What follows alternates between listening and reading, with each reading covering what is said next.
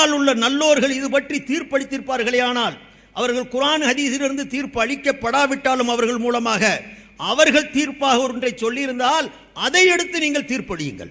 மூன்றாவது தரத்திலே உங்களுடைய முன்னோர்கள் நல்லோர்கள் எந்த தீர்ப்பை வழங்கியிருக்கிறார்கள் என்பதை வைத்து நீங்கள் மார்க்க தீர்ப்பை கொடுங்கள்.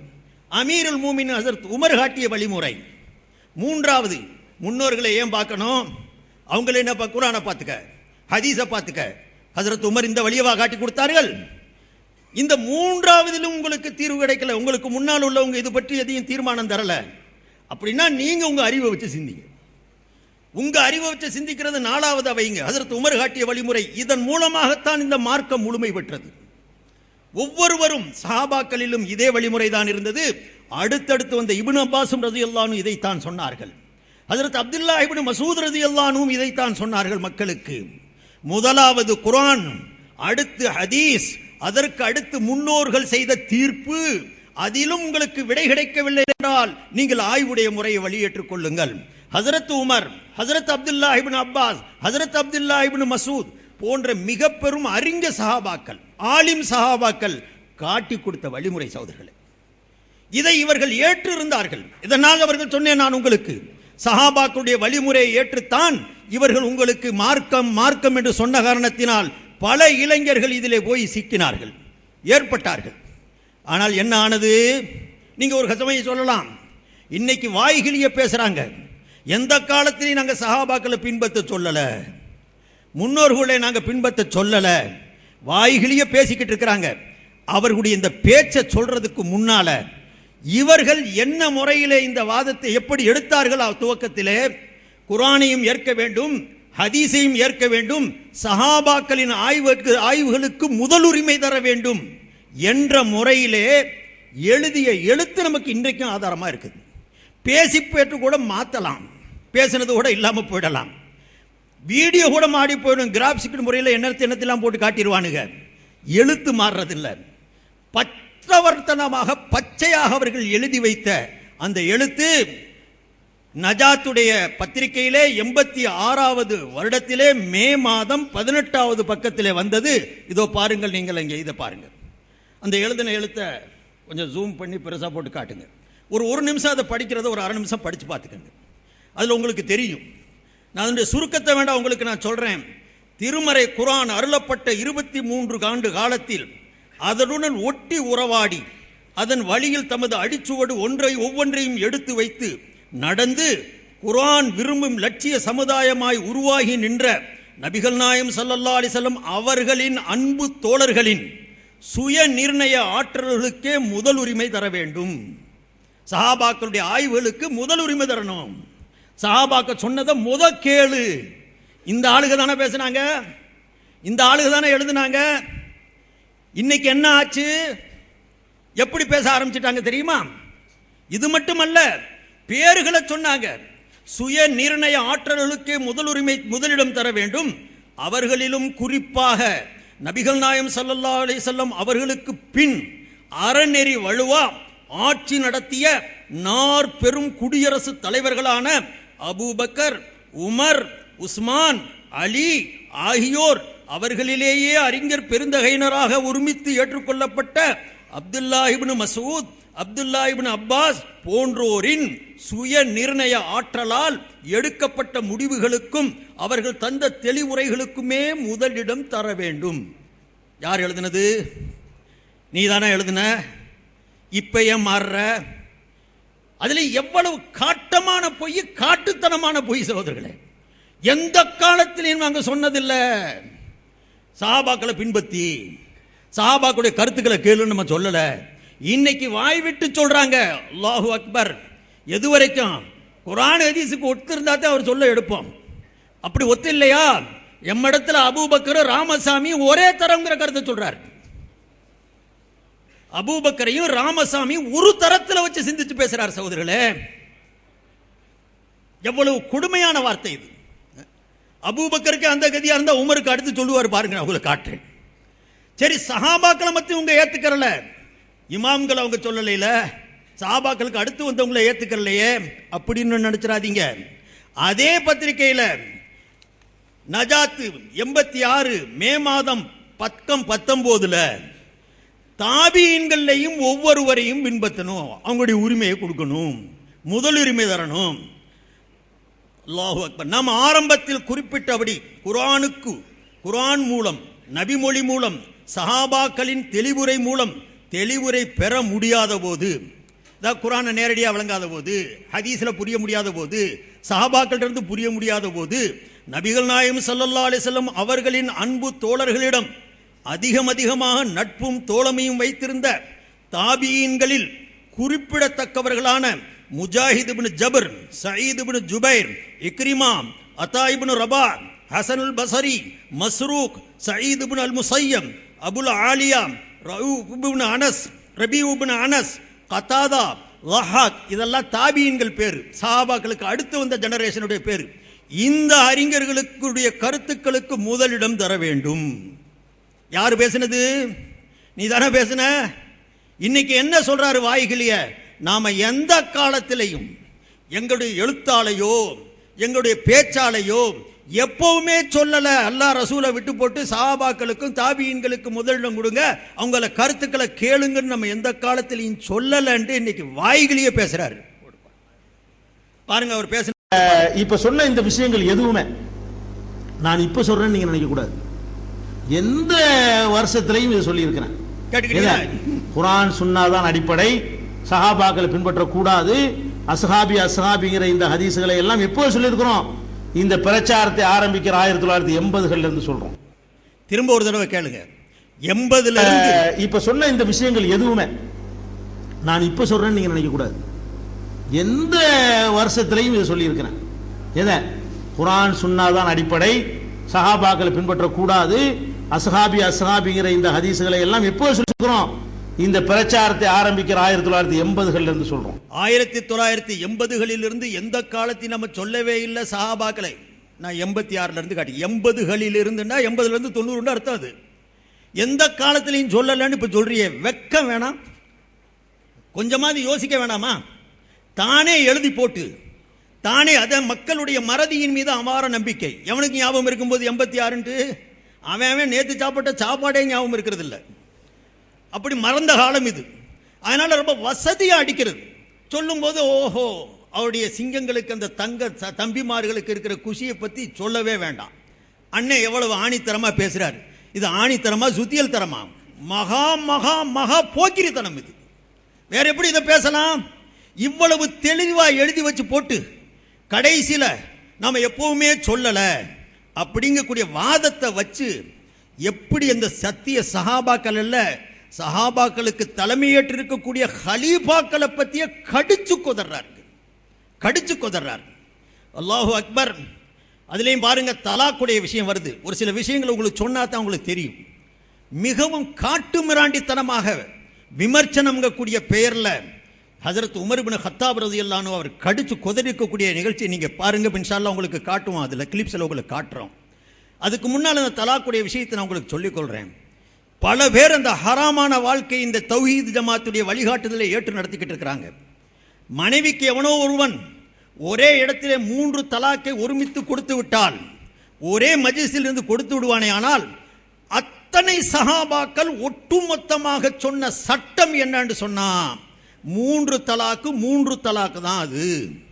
அந்த மனைவியுடன் சேர்ந்து வாழ்வதற்கு இனி சட்டப்பூர்வமாகத்தான் வாழ வேண்டிய மேற இன்னொருத்தனுக்கு கட்டி வச்சு அவன் தலாக்கு விட்டு அதுக்கு பிறகுதான் வாழ்க்கை நடத்தலாமே தவிர, அதை ஒரே இடத்துல சொல்லிட்டதுனால அந்த 3 தலாக்க ஒன்றாக கருதி இந்த ஆளுக கொடுக்கக்கூடிய அந்த தீர்ப்பை வாங்கி அவரும் சொல்றாரு. இப்ப சில இடத்துல ஆலிம் சாக்களே உங்கள்கிட்ட வந்து அந்த தீர்ப்பு கேட்டாங்களாம்.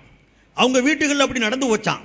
உடனே ஆஹா நீங்க தீர்ப்பு கொடுங்க, ஓன்ட்ட தீர்ப்பு கேட்டுந்தே அவன் என்ன நடக்கணும்னு இருக்குது, நடக்கணும்னா அவனே நடந்துட்டு போயிருக்கிறான். அது வெளியே பம்மாத்து காட்டுறதுக்காக வேண்டி ஆலிம்கள் படையெடுத்து வந்து அவங்க வீட்டுகளில் 3 தலாக்கு நடந்து இவர்கிட்ட மசலா பத்துவா கேட்டு இப்ப சேர்ந்து வாழ்றாங்களாம். மற்றவங்கெல்லாம் அப்படி இல்லை, வழிகெடுக்கிறாங்க. இதை உண்மையில் இந்த வழிகெடுக்கக்கூடிய சட்டத்தை சொன்னவர் அவர் சொல்றாருங்க, 3 தலாக்கை 3 என்று பிரகடனப்படுத்தி சட்டத்தை போட்டவர் உமர் இப்னு கத்தாப் தான். ஹஜ்ரத் உமர் அவர்கள் போட்டார்கள். அவர் சதுராக, அதாவது ஜனாதிபதியாக இருந்தாலும் கூட நபியுடைய சொல்லுக்கு மனமுரண்டாக வேண்டுமென்றே திட்டமிட்டு மார்க்கத்திற்கு முரணான சட்டத்தை போட்டு மக்களை நடக்கும்படி நிர்பந்தம் செய்தார் உமர் இப்னு கத்தாப். எப்படிப்பட்ட குற்றச்சாட்டு! நபியுடைய வழிக்கு மாற்றமாக உமர் மக்களின் மீது சட்டத்தை திணித்து 3 என்றால் 3 தான், இது நபி 3 என்றால் 1 தான் சொன்னாங்க. உமர் போட்ட சட்டம் இது ஜனாதிபதியே போட்டிருந்தாலும் எடுத்து எறியணும். மார்க்கத்தை மாற்றி விட்டவர் ஹஜரத் உமர், அவருக்கு அந்த உரிமை இல்லை என்று சொல்லி இன்னும் பல இடங்களிலே மார்க்கத்தை மாற்றியதற்கு காரணமான இவர்களுக்கு ஹவுதுல் கௌசரில் நபி அவர்கள் தண்ணீர் தர மாட்டார்கள். அன்னத்தை எதிர்பார்த்து நிற்கிறாங்க, குடத்தை தூக்கி வச்சு, நீ வந்து குடிச்ச பிறகுதான் அடுத்தவங்களுக்கெல்லாம் தண்ணி குடிக்கலான்ட்டு. நபியுடைய கூற்றுக்கு மாற்றமாக செயல்படலையா, சட்டத்தை போட்டு பாமர மக்கள் மேல மிரட்டி அவங்கள சட்டம் போட விட்டாங்க. அதன் மூலமாக தான் நிர்பந்தப்படுத்தினாங்க. நபி அப்படி சொல்லல, அது உமரே சொல்லி இருந்தாலும் கூட அவருடைய பேச்சை நாம் ஏற்க முடியாது. ஒரு பேசுறது என்ன செய்யறாரு, இதையே அப்படி சொல்றாரு, 3 தலாக்கு எவனா சொன்னீங்கன்னா 3 தலாக்கை ஆக்கி போடுவோம் சொல்லி சட்டமாக்கி விட்டார் அப்படின்னு ஹதீஸ்ல வருது. ஆனா ரசூல் ஸல்லல்லாஹு அலைஹி வஸல்லம் காலத்துல எப்படி இருந்தது? கானத் தலாக்கு ஸலாஹுல் அஹதி ரசூலுல்லாஹி ஸல்லல்லாஹு அலைஹி வஸல்லம் வ அஹதி அபீ பக்ரின் வ சதரம் மின் இமாரத்தி உமர் இன்னமா யுஅத்து வாஹிதா. அபூபக்கர் ரலியல்லாஹு அன்ஹு ரசூல் ஸல்லல்லாஹு அலைஹி வஸல்லம் காலத்திலேயும் அபூபக்கர் ரலியல்லாஹு அன்ஹு காலத்திலேயும் உமர் ரலியல்லாஹு அன்ஹு ஆரம்ப காலத்திலேயும் ஒரு தலாக்கு சொன்னானே, ஆனால் அது ஒரு தலாக்கு தான். 3 வார்த்தை சொன்னா 3 ஆகாது. லட்சம் தடவை அவன் தலாக்குன்னு சொன்னாலும் எத்தனை தான்? அது ஒரு தடவை தலாக்கு சொல்லியிருக்கான்னு தான் அர்த்தம். உமர் ரலியல்லாஹு அன்ஹு ஆட்சி வந்த பிறகு ரசூல் ஸல்லல்லாஹு அலைஹி வஸல்லம் மாத்தமா அதை மாத்துறாரு. யாரும் வாயை திறக்கல, சட்டத்துக்கு பயந்துகிட்டு. இது பெரிய ஜிமாவா? ஹதீஸில் உள்ளதுக்கு மாற்றமாக ஒன்றை செய்தார்னு முஸ்லிம்ல என்ன செய்யறது தெளிவாக சஹீஹ் முஸ்லிமில் ஆதாரப்பூர்வமாக அறிவிக்கப்படுகிறது. இப்னு அப்பாஸ் ரலியல்லாஹு அன்ஹு அவர்கள் என்ன செய்றாங்க, அறிவிக்கிறாங்க, உமர் ரலியல்லாஹு அன்ஹு மாத்தி விட்டாங்க, ரசூலுல்லாஹ் கொண்டு வந்த சட்டத்தை அவங்க மாத்துறாங்க, தப்புன்னு அவர் டிக்ளேர் பண்றாங்க. உமர் சட்டத்தை மாத்திட்டாராம், நபி சொன்ன சட்டத்தை மாத்தி, நபி 3 தலாக்கு இல்ல 1,00,000 தலாக்கு சொன்னாலும் 1 சொன்னாங்களாம். இப்போ உமர் வந்து என்ன செஞ்சிட்டாராம், ஒரு இடத்துல 3 சொன்னா அதை 3 தான் ஆக்கி போடுவேன். மற்றவங்க எல்லாம் ஜனாதிபதியா இருந்ததுனால பயந்துக்கிட்டு என்னமும் செஞ்சு விடுவாரோ, உமருக்கு பயந்து அந்த சட்டத்தை அப்படியே ஃபாலோ பண்ணாங்க, ஏத்துக்கிட்டாங்க. எவ்வளவு பெரிய குற்றச்சாட்டு இது ஹஜரத் உமர் மேல. உமர் மார்க்கத்தை விளங்கினதோட நீ விளங்கிட்டியா? ஹஜரத் உமருக்கு அந்த சட்டம்லாம் ஹதீஸ் எல்லாம் தெரியலையோ? உனக்கு 1400 வருஷத்துக்கு பிறகு தொண்டியில வந்து ஹதீஸ் கிடைச்சிருச்சு. ஜிப்ரீல் வந்து இறங்கிட்டார் இங்க, எங்க இருந்து உனக்கு ஹதீஸ் கிடைச்சு? அவர் அன்றைய காலத்தில் ரசூலுல்லாஹ்ட்ட நேர பயிற்சி பெற்ற அவரு மார்க்கத்துக்கு முரணா, நபி வழிக்கு முரணா திட்டமிட்டு வேண்டுமென்றே சட்டத்தை போடுறாரு. மற்ற இருந்த லட்சக்கணக்கான பல்லாயிரக்கணக்கான சஹாபாக்க பயந்து போய் உமருக்கு பயந்து வாய் மூடி நீ போட்டதெல்லாம் சரின்னு ஏத்துக்கிட்டு போயிட்டாங்க. எவ்வளவு கடுமையான குற்றச்சாட்டு சகோதரர்களே இது. உமருடைய குணம் அப்படி இருந்துச்சா, அல்லது உமரை அப்படி செஞ்சாலும் சஹாபாக்கள் விடக்கூடிய நிலையிலேயா இருந்தாங்க? எத்தனை வரலாறு சொல்லுது, எத்தனை வரலாறு சொல்லுது. வரலாற்றில் வருது, ஹஜரத் உமர் ரலியல்லாஹு அன்ஹு ஒரு தடவை வெளியில ஈராக் காலங்களில் வளம் வருவாங்க, நகர் வளம் வருவாங்க. யாருக்கு எதுவும் தேவை இருக்கோ, தப்பு தவறு நடக்குதோ, திருடுகிடுது நடந்துருமோ, ஜனாதிபதியா இருக்கக்கூடியவர் தன்னுடைய உருவம் மாற்றி ஆடை மாற்றி வேறு வேடத்தில் மாறு வேடத்தில் பல இடங்கள்ல வருவாங்க. இது பழக்கத்தில் இருந்துச்சு. இன்னைக்கு மாதிரி ஜனாதிபதி மாதிரி 8 அடுக்கு மாளிகையில் படுக்கிற கூட்டம் அல்ல அது. வாழ்க்கையவே கஷ்டப்படுத்திக்கிட்டது தான் வந்தது பதவி. அவங்க ஜனாதிபதி ஏற்ற உடனே ராவெல்லாம் சுற்றி வருவாங்க. அப்போ ஒரு இடத்துல வர்றாங்க, ஒரு ஆணும் ஒரு பெண்ணும் தப்பான காரியத்தில் ஈடுபட்டிருக்கிறாங்க, விபச்சாரத்தில் ஈடுபட்டிருக்கிறாங்க. இது ஹஜரத் உமர் ரலியல்லாஹு அன்ஹு நாட்டுடைய ஜனாதிபதி தன்னுடைய 2 கண்களால் நேரடியாக பார்த்துடுறார். பார்த்ததுக்கு பிறகு காலையில் சூரா கூட்டத்தை கூட்டுறார், ஆலோசனை கமிட்டியை கூட்டுறாங்க. அதில் பல சஹாபாக்கள் அவர் சேர்த்து வச்சிருந்தார். அதில் சேர்க்கும்போது சகோதரர்களே, அவர் கேட்கிறார், ஹஜரத் அலியும் இங்கே வீட்டிருக்கிறார்கள், பல பெரிய பெரிய சஹாபாக்கள் அமர்ந்திருக்க, அல்லாஹ் குர்ஆன்ல சொல்லி இருக்கிறான், விபச்சாரத்தை ஊர்ஜிதப்படுத்தணும்னா 4 சாட்சி, நேரடி சாட்சி இருக்கணும். கண்ணால விபச்சாரம் என்ற தவறை நேச்சுரலாக பார்த்த 4 சாட்சி இருந்தால், அந்த 4 சாட்சிகளும் வந்து சாட்சியம் அளித்தால் அந்த விபச்சாரியின் மீது ஹத்து தண்டனையை நீங்கள் செய்யணும்.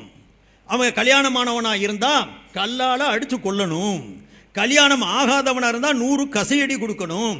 இது குர்ஆன் சொல்லுது. ஆனால் இந்த தண்டனை எப்பொழுது கிடைக்கும்? 4 சாட்சிகள் நேரடியாக பார்த்த, நேச்சுரலாக பார்த்த. 2 பேரும் துப்பட்டி ஒத்தி படுத்திருந்தாங்கன்னு சொல்லிடக்கூடாது. ஒரே கட்டல்ல படுத்திருந்தாங்கன்னு சொல்லிடக்கூடாது, தனியார் ரூம்ல பார்த்தேன்னு சொல்லிடக்கூடாது. இதெல்லாம் வச்சு அது விபச்சார நிரூபணமாகாது.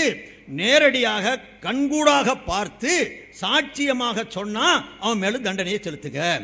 இது நமக்கு குர்ஆன் சொல்லி கொடுக்குது.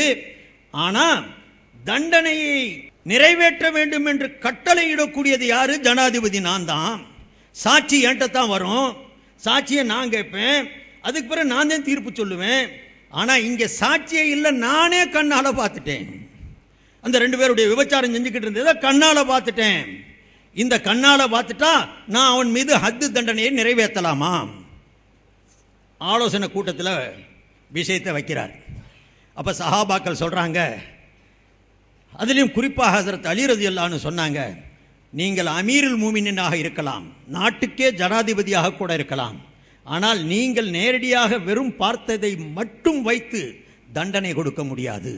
அல்லாஹ் 4 சாட்சி என்று சொல்லி இருக்கும் பொழுது நீங்கள் தண்டனை கொடுக்க விரும்புவது சரியல்ல, அந்த கருத்து சரியல்ல என்று மறுக்கிறார்கள். மீண்டும் ஹஜரத் உமர் சொல்லுகிறார்கள், நான் தானே தீர்ப்பு செய்ய வேணும், சாட்சி 4 பேர் சொன்னாலும் நான் தானே தீர்ப்பு செய்யணும், நானே பார்த்துட்டனே, அப்ப பார்த்துட்டு நான் தீர்ப்பு செஞ்ச என்ன பாருங்க. இதுதான் அவர்கள் மனமுரண்டாக தன் இஷ்டத்துக்கு சட்டம் சொல்ற ஆளுகளா சஹாபாக்கள். அதுலயும் குறிப்பா உமர் தன்னுடைய இடத்துல ஒரு பெரிய ஆலோசனை கமிட்டியை வச்சிருந்தார். பெரும்பெரும் சஹாபாக்கள் அப்துல்லாஹ் இப்னு அப்பாஸ் இருந்தார், அலி இருந்தார், அப்துல்லாஹ் இப்னு மசூத் இருந்தார். பெண்ணம்பெரிய சஹாபாக்களை பொருந்திய ஒரு கமிட்டி அமைச்சு வைத்திருந்தார்கள். பிரச்சனைகளை முன்னால் வைப்பார்கள். இதே சட்டத்தை கேட்டவுடன் நானே பார்த்து விட்டேனே என்றால் என்ன என்று திரும்ப கேட்கும் பொழுது அலி சொன்ன வாசகம் பொன்னெழுத்துக்களால் பொறிக்கப்பட்டிருக்கிறது. அமீருல் மூமினீனே, ஜனாதிபதி அவர்களே, நீங்கள் ஜனாதிபதி என்ற ரீதியிலே பார்த்த காரணத்தினால் நீங்கள் அவர் மீது விபச்சாரம் குற்றச்சாட்டை கூறுவதே தவறு.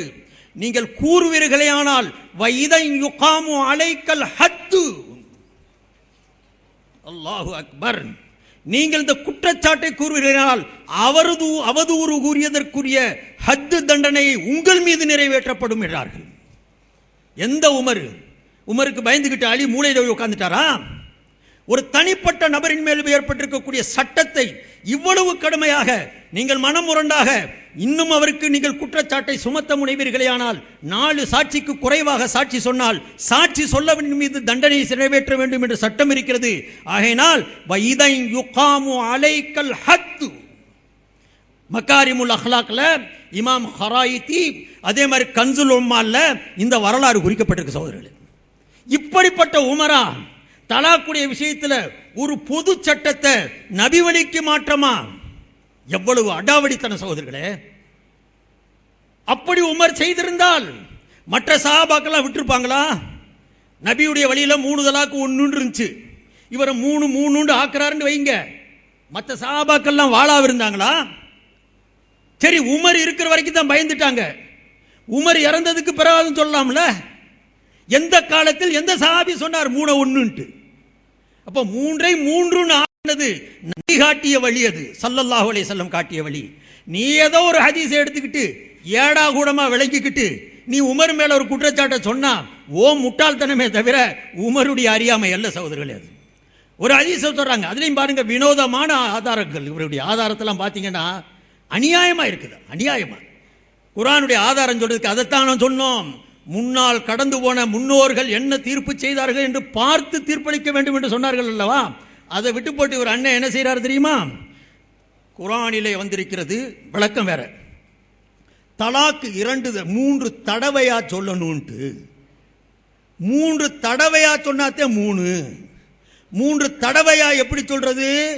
அப்படின்னா இப்போ ஒன்று சொல்லு, இன்னொரு மாசம் 2 மாசத்துக்கு பிறகு ஒன்று சொல்லு, இன்னொரு மாசத்துக்கு பிறகு சொல்லு, இப்படி சொன்னாதான் 3 தடவைன்னு குர்ஆன்ல வந்துருச்சு. அதனால ஒரே இடத்துல 3 தடவையா சொன்னாலும் 3 விடுத்தம் சொன்னாலும் கூட 3 தடவை ஆகாது, அது ஒன்னாத்தையும் கருதணும். ஒரு இடத்துல அமர்ந்து எத்தனை லட்சம் தடவை சொன்னாலும், இப்பதான் கேட்டீங்க, லட்சம் தடவை சொன்னாலும் கூட ஒரு மஜ்லிஸ்ல இருக்கிறதுனால அதனுடைய சட்டம் ஒண்ணுதான். அதுக்கு உதாரணம் வேற. ஒரு இடத்துல 3 இட்லி சாப்பிட்டா எத்தனை தடவை சாப்பிட்டான்னு கேட்கிறாரு. 3 இட்லி சாப்பிட்டாலும் ஒரு தடவை சாப்பிட்டான்னு தானே ஆகுது. மாதிரி 3 தலாக்கு சொன்னாலும் ஒரு தடவை தலாக்கு விட்டது மாதிரி தான். எதை கொண்டு பார்க்கறது? இட்லியை கொண்டு அவதானம் பார்க்கறது? உன் மூக்கில் 3 தடவை நச்சு நச்சு நச்சுன்னு குத்துனான். எத்தனை குத்துனேன்னு கேட்டேன். ஒரு தடவை தான் குத்துனேன். ஏண்டா மஜ்லிஸ் மாறல, ஏத்துக்கிறியா? உதாரணம் காட்டியா குர்ஆனை விளக்குறது? அது அல்லாஹ் சொன்னாங்க, ரசூல் சொன்னாங்கன்னு நீ விளக்கி இருக்கணுமா இல்லையா? அல்லது முன்னோர்களுடைய தீர்ப்பு என்ன இருந்துச்சுன்னு சொல்லணுமா இல்லையா? 3 தடவை ஒரு மஜ்லிஸ்ல சொன்னு எத்தனை தடவை சொன்னாலும் ஒரு தடவை தான் சொன்னா ஹதீஸ்ல வருது. நீங்க எல்லாம் படிச்சிருக்கிறீங்க. ஃபஜ்ருக்கு பிறகு அசருக்கு பிறகு உட்காந்து தஸ்பீ ஓதும்போது 33 தடவை சுப்ஹானல்லாஹ், 33 தடவை அல்ஹம்துலில்லாஹ், 33 தடவை அல்லாஹு அக்பர், தடவை தடவை தடவை தான் வருதே இல்லையா? அப்ப 33 தடவை சுப்ஹானல்லாஹ் சொல்லணும்னா இடம் மாறணும், காலம் மாறணும். இங்க வலது பக்கம் உட்காந்து சுப்ஹானல்லாஹ்ங்கணும், குடு குடு குடுன்னு ஓடி போய் இடது பக்கம் உட்காந்து சுப்ஹானல்லாஹ்ங்கணும், திடு திடு திடு திடு ஓடி போய் தொண்டியில் நின்று ஒரு தடவை சுப்ஹானல்லாஹ்னு சொல்லணும், அங்கிருந்து அப்படியே ஆற்காட்டுக்கு வந்து அங்கே ஒரு சுப்ஹானல்லாஹ் சொல்லணும். இப்படி சொல்ல ஆரம்பிக்கணும். இப்படி சொன்னா தான் 33 சுப்ஹானல்லாஹ் நடக்கும். கிறுக்குத்தனமா இல்லையா? 3 முறை ஒதுவுல வந்து 3 தடவை கழுவுங்கன்னு இருக்கு ஹதீஸ்ல. ஸல்லல்லாஹு அலைஹி வஸல்லம் 3 தடவை முகத்தை கழுவினார்கள், 3 தடவை கையை கழுவினார்கள், 3 தடவை காலை கழுவினார்கள், 3 தடவை வாய் கொப்பளித்தார்கள். இந்த தடவையை எங்க கொண்டு போய் சொல்லுவப்ப? இங்க ஒரு தடவை, அங்க போய் ஒரு தடவை முகத்தை கழுவுனாங்க, அங்கிட்டு போய் ஒரு தடவை. மண்டையில சிந்திச்சுலங்க ஒரு இதை சொல்லணும். ஸல்லல்லாஹு அலைஹி வஸல்லம் சொன்னாங்க, நாய் யாருடைய பாத்திரத்திலேயாவது வாய் போட்டுருச்சுன்னு சொன்னா அவன் அந்த பாத்திரத்தை ஃபல்யக்ஸிலுஹு 7 மர்ராத்தின் 7 தடவை கழுவட்டும், 7 தடவை கழுவணும் பாத்திரத்தை, அப்பதான் பாத்திரம் சுத்தமாகும். ஒரு தடவை 8வது தடவையில மண்ணால தேய்ச்சும் கழுவணும். அப்ப பாத்திரத்தை 7 தடவை கழுவணும்னா 7 தடவைன்னு ஆயிருச்சு. என்ன செய்யணும்? என்னங்க செய்யணும்? புரசவாக்கத்தில் ஒரு தடவை, அங்கிருந்து போயிட்டு எங்க போகணும், எக்மூர்ல ஒரு தடவை, 7 தடவை இடம் மாத்தி. இந்த மாசம் ஒரு தடவை, அடுத்த மாசம் ஒரு தடவை. அட கிறுக்கணுகளா! குர்ஆனுக்கு விளக்கம் சொல்றதுன்னா யோசிச்சு சொல்ல வேணாம்? தடவையை பார்த்தா சொல்றது? கௌதமிட்ட விளக்கம் கேட்கிறவனுக்குலாம் இப்படித்தாங்க புத்தி போகும். நடிகை கௌதமி குர்ஆனை அழகாக விளங்கி இருக்கிறான்னு அறிக்கை விட்டுருந்தாருங்க. நான் பொய்யா சொல்லல, நான் உங்களுக்கு இதோட வச்சிருக்கிறேன். அல் ஜன்னத்து பத்திரிக்கை டிசம்பர் மாசம் அதுல கண்டிப்பா வந்திருக்குது. நீங்க வேணா பார்க்கலாம். இதுல அடுத்த இதுல நான் காட்டுறேன். மற்ற முக்கியமான கிளிப்ஸ் போட வேண்டி இருக்கிறதுனால இருக்குதாப்பா அந்த கிளிப்ஸ்? சரி, அது இருக்கட்டும். இதுல அன்னை ஆயிஷா விளக்கி காட்டுறாங்க இந்த 3 தடவைக்கு என்ன அர்த்தம்ட்டு. நீ கௌதமியை விட்டு போட்டு ஆயிஷாட்ட வர வேண்டியதானா? அதற்கு அன்னை ஆயிஷா சொல்ல கேட்டிருந்தா இந்த உனக்கு இந்த இதே வந்திருக்காது. அன்னை ஆயிஷா ரலியல்லாஹு சொல்றாங்க, இஸ்லாத்தில் இந்த தலாக்குடைய சட்டம் வர்றதுக்கு முன்னால ஒவ்வொருத்தரும் 100 தடவை தலாக்கு விடுவான். தலாக்கு ஒரு தடவை விட்டுருவான், இதான் முடியும் போது திரும்ப மீட்டிக்கிடுவான். முடிகிறதுக்கு முன்னால திரும்ப ஒரு தடவை தலாக்கு விடுவான், திரும்ப மீட்டிக்கிடுவான். அந்த பொம்பளையை கஷ்டப்படுத்துறதுக்காக வேண்டியே வீட்டை விட்டு வெளியவும் விட மாட்டான், வச்சும் வாழ மாட்டான். இம்சப்படுத்துறதுக்காக வேண்டிய மாதங்கள் அல்ல, வருடம் தலாக்க விடுறது. இதா காலம் முடிய இருக்க பக்கத்தில் மீட்டிக்கிறது, திரும்ப தலாக்க விடு, திரும்ப மீட்டு. அவ செத்த வாடும் இல்லை, பொழைச்ச வாடும் இல்லை. இப்படி ஆன உடனே இந்த நிகழ்ச்சி அன்னை ஆயிஷாட்ட வந்து ஒரு பெண்மணி சொன்னார்கள். அப்பொழுது நபிகள் நாயகம் ஸல்லல்லாஹு அலைஹி வஸல்லத்துடைய சன்னிதானத்தில் ரசூலுல்லாஹி ஸல்லல்லாஹு அலைஹி வஸல்லத்துக்கு முன்னாலே அன்னை ஆயிஷா அவர்கள் இந்த நிகழ்ச்சியை எடுத்து சொன்ன பொழுதுதான் இந்த ஆயத்து இறங்குச்சு. இனிமேல் 100 தடவைலாம் நீ செய்ய முடியாது, 3 தடவை தான் மீறி நீ தலாக்கு விட முடியும்னு சொன்னா அங்கே 1 மஜ்லிஸ், 2 மஜ்லிஸ், 3 மஜ்லிஸ் நான் சொன்னாங்க. 100கணக்கான முறையில் நீ விட்டுக்கிட்டு இருந்த பழக்கை நீ செல்லாது. 3 தடவை உனக்கு ரைட் இருக்குது. இந்த 3 தடவை நீ விட்டுட்டன்னா பொம்பளை உனக்கு பிரிஞ்சு போயிடுவா, உன் அதிகாரம் இல்லாம போயிடும். அப்படிங்கக்கூடிய அதை விளக்கி, சட்டத்தை விளக்கி இந்த 100 தடவை என்ற அந்த நிலையை மாற்றி இறக்கப்பட்ட சட்டம் தான் என்பதை அன்னை ஆயிஷா ரலியல்லாஹு விளக்குறாங்க. திருமதியில ஹதீஸு, பைஹக்கில ஹதீஸு, முவத்தா இமாம் மாலிக்ல ஹதீஸு, முஸ்னத் இமாம் ஷாஃபிஈல ஹதீஸ், இந்த ஹதீஸ் இருக்கு சகோதரர்களே. இது எல்லாம் இருக்கிறத அதை பார்த்துருந்தாங்கன்னு சொன்னா இந்த மாதிரி உங்களுக்கு நிலையே வந்திருக்காது. அதில் இவருடைய லாஜிக்கலாக ரொம்ப வினோதமாக இருக்கும். அதுலேயும் சொல்கிறாருங்க, ஒரு இதில் சொல்கிறார், முத்தலாக்குன்னு சொன்னா 3 தலாக் ஆயிருமா? அவர் கேட்குறாரு. ஒருத்தன் சுபஹான் அல்லாஹ் 33 தடவை அப்படின்னு சொல்லிட்டா 33 சுபஹான் அல்லாஹ் ஆயிருமா? எதிர்கேள்வி கேட்குறாரு. வாங்க, மண்டை எப்படி வேலை செய்யுதுன்னு பாருங்க. 33 தடவை சுபான் அல்லாஹ் அப்படின்னு சொன்னா அந்த சுபான் அல்லாஹ் 33 தடவை ஆகுமா, ஒன்னு ஆகுமா? அந்த மாதிரி தான் உனக்கு முத்தலாக்குன்னு சொன்னா அது ஒரு தலாக்கு தான். நான் அப்ப கேட்டேனே 33 தடவை சுபான் அல்லாஹ் சொல்லணும், 33 தடவை அல்ஹம்துலில்லாஹ் சொல்லணும், அப்ப அங்கே போய் 33 தடவை சுபான் அல்லாஹ் சொல்லிக்கிட்டு இருப்பியா? அதை போடு. உதாரணமா 33 தடவை சுபான் அல்லாஹ் சொல்ல வேண்டியிருக்கு. 33 தடவை சுபான் அல்லாஹ் சொல்ல சொன்னா 33 சுபான் அல்லாஹ் சொல்லலாமா? சுபான் அல்லாஹ் சுபான் அல்லாஹ் சுபான் அல்லாஹ் 33 தடவை சொல்லணுமே தவிர ஒருத்தன் என்ன செய்யறான் 33 சுபான் அல்லாஹ். இது எப்படி 33 சுபான் அல்லாஹ் ஆகும்? நீ 33 சுபான் அல்லாஹ்னு வார்த்தையை போட்டாங்க ஒரு சுபான் அல்லாஹ் தான் அது. 33 சுபான் அல்லாஹ் எப்ப ஆகும்? முத்தலாக்குன்னு போட்டா 3 தலாக் ஆயிருமா? 10 தலாக்குன்னு 10 தலாக் ஆயிருமா? லட்சம் தலாக்குன்னு லட்சம் தலாக் ஆயிருமா? அப்ப முத்தலாக்குங்கிற வார்த்தையை சொன்னதுனால எல்லாம் என்ன வராது? இது இப்ப பாருங்க 33 தடவை சுபான் அல்லாஹ்னு சொன்னா 33 தடவை ஆயிருமா? இந்த லாஜிக் அந்த லாஜிக் அடிபட்டு போதா இல்லையா? 33 தடவை சுபான் அல்லாஹ் சொன்னா இடம் மாறணும்னு நீ சொல்றீல, காலம் மாறணும்னு சொல்றீல, அப்ப அசருக்கு பிறகு 33 இடத்துக்கு போகணுமா இல்லையா? 33 மாசத்துக்கு போகணுமா இல்லையா? லாஜிக்கும் மேஜிக்கும் எப்பவும் சத்தியத்தை காட்டாதுங்க. அதுக்குத்தான் அல்லாஹ் ரசூலுக்கு பிறகு சஹாபாக்களுடைய வழிமுறையை பாருங்கன்னும். இந்த மாதிரி பேசுறவன் நிறைய வரும்னு தெரியும். அதனால தான் நம்ம சொன்னோம் சஹாபாக்கள் என்ன தீர்ப்பு செஞ்சாங்க, எப்படி மார்க்கத்தை விளங்குனாங்க, நேரடி சாட்சி, நபியுடனே வாழ்ந்தவர்கள். அட நீயே தானே ஏத்துக்கிட்ட, 23 வருஷம் ஒட்டி உறவாடி வாழ்ந்த மக்கள் அவங்க சொல்றதுக்கு முதலுரிமை கொடுக்கணும்னு சொல்லி போட்டு ஏன் மாறுற? இப்ப மாற வேண்டிய தேவை என்ன? எவன் கொடுத்தான் ஏதாவது பணம்? கை மாறினதுனால தான் மாறுற. நான் குற்றச்சாட்டு சொல்றேன். இல்லாட்டினா என்ன காரணத்தினால நீ இதை மாத்தின? முதல் சொல்லிக்கிட்டு இருந்ததை மாத்தி புது புது சட்டங்கள் போட்டு இந்த பாமர மக்களை குழப்ப வேண்டிய தேவை என்ன வந்துச்சு சகோதரர்களே? அதனால இந்த லாஜிக்கை வச்சு எதுவுமே அதில் உங்களுக்கு தீர்ப்பு செய்ய முடியாது, எதுவும் முடிவு செய்ய முடியாது. அதுல இன்னொரு லாஜிக் சொல்றாருங்க. என்ன சொல்றாரு தெரியுமா? ஒரு இடத்துல வச்சு தலாக்குன்னு சொன்னானா, அப்பவே அவ மனைவி இல்லைன்னு ஆகி போச்சு. அவர் சொல்றாருங்க தலாக்குன்னு ஒரு தடவை சொன்ன உடனே அவ மனைவி இல்லை, திருமணம் போச்சு, அந்நியவளா போயிட்டா. 2வது தடவை நீ தலாக்குன்னு சொல்ற அதே இடத்துல வச்சு, 3வது தடவை அதே இடத்துல வச்சு தலாக்குன்னு சொல்ற. இந்த தலாக்கு நிகழ்றதுக்கு இடமே இல்லையே. உன் பொண்டாட்டியா இருந்தா தானே தலாக்கு வரும். நீ தலாக்குன்னு சொன்ன உடனே பொண்டாட்டி இல்லைன்னு ஆகி போச்சு, மனைவி இல்லைங்கிறது நிகழ்ந்து போச்சு. 2வது தலாக்கு சொல்றதுக்கு மனைவியாவில் இருக்கணும். முதல் தலாக்கிலேயே அவ முறிஞ்சு போயிட்டா, நிக்காஹுக்கு அப்பால போயிட்டா, திருமண பந்தம் முறிஞ்சு போச்சு. நீ யாரோ அவ யாரோ. அதுக்கு பிறகு நீ 2வது 3வது சொன்னா அது வேஸ்டான தலாக்கு. அதனால 1,00,000 தலாக்கு சொன்னாலும் அந்த சொன்ன ஒண்ணுதான் ஆகும், மித்தம் 999 வேஸ்ட், எங்கேயோ வெளியில காத்துல போன தலாக்கு மாதிரி இருக்கும். அதனால ஒரு இடத்துல பல தலாக்குகள் சொன்னாலும் 100 தலாக்கு சொன்னாலும் 1,00,000 தலாக்கு சொன்னாலும் அது ஒன்றாத்தான் கருதணும், மற்ற தலாக்கெல்லாம் வேஸ்ட்னு தான் கருதணும். கேளுங்க அவர் பேசினது. என்ன விவாகத்தை ரத்து பண்றது தலாக்குன்னா, ரத்து பண்றதா இருந்தா பொண்டாட்டியை தான் ரத்து பண்ண முடியும்.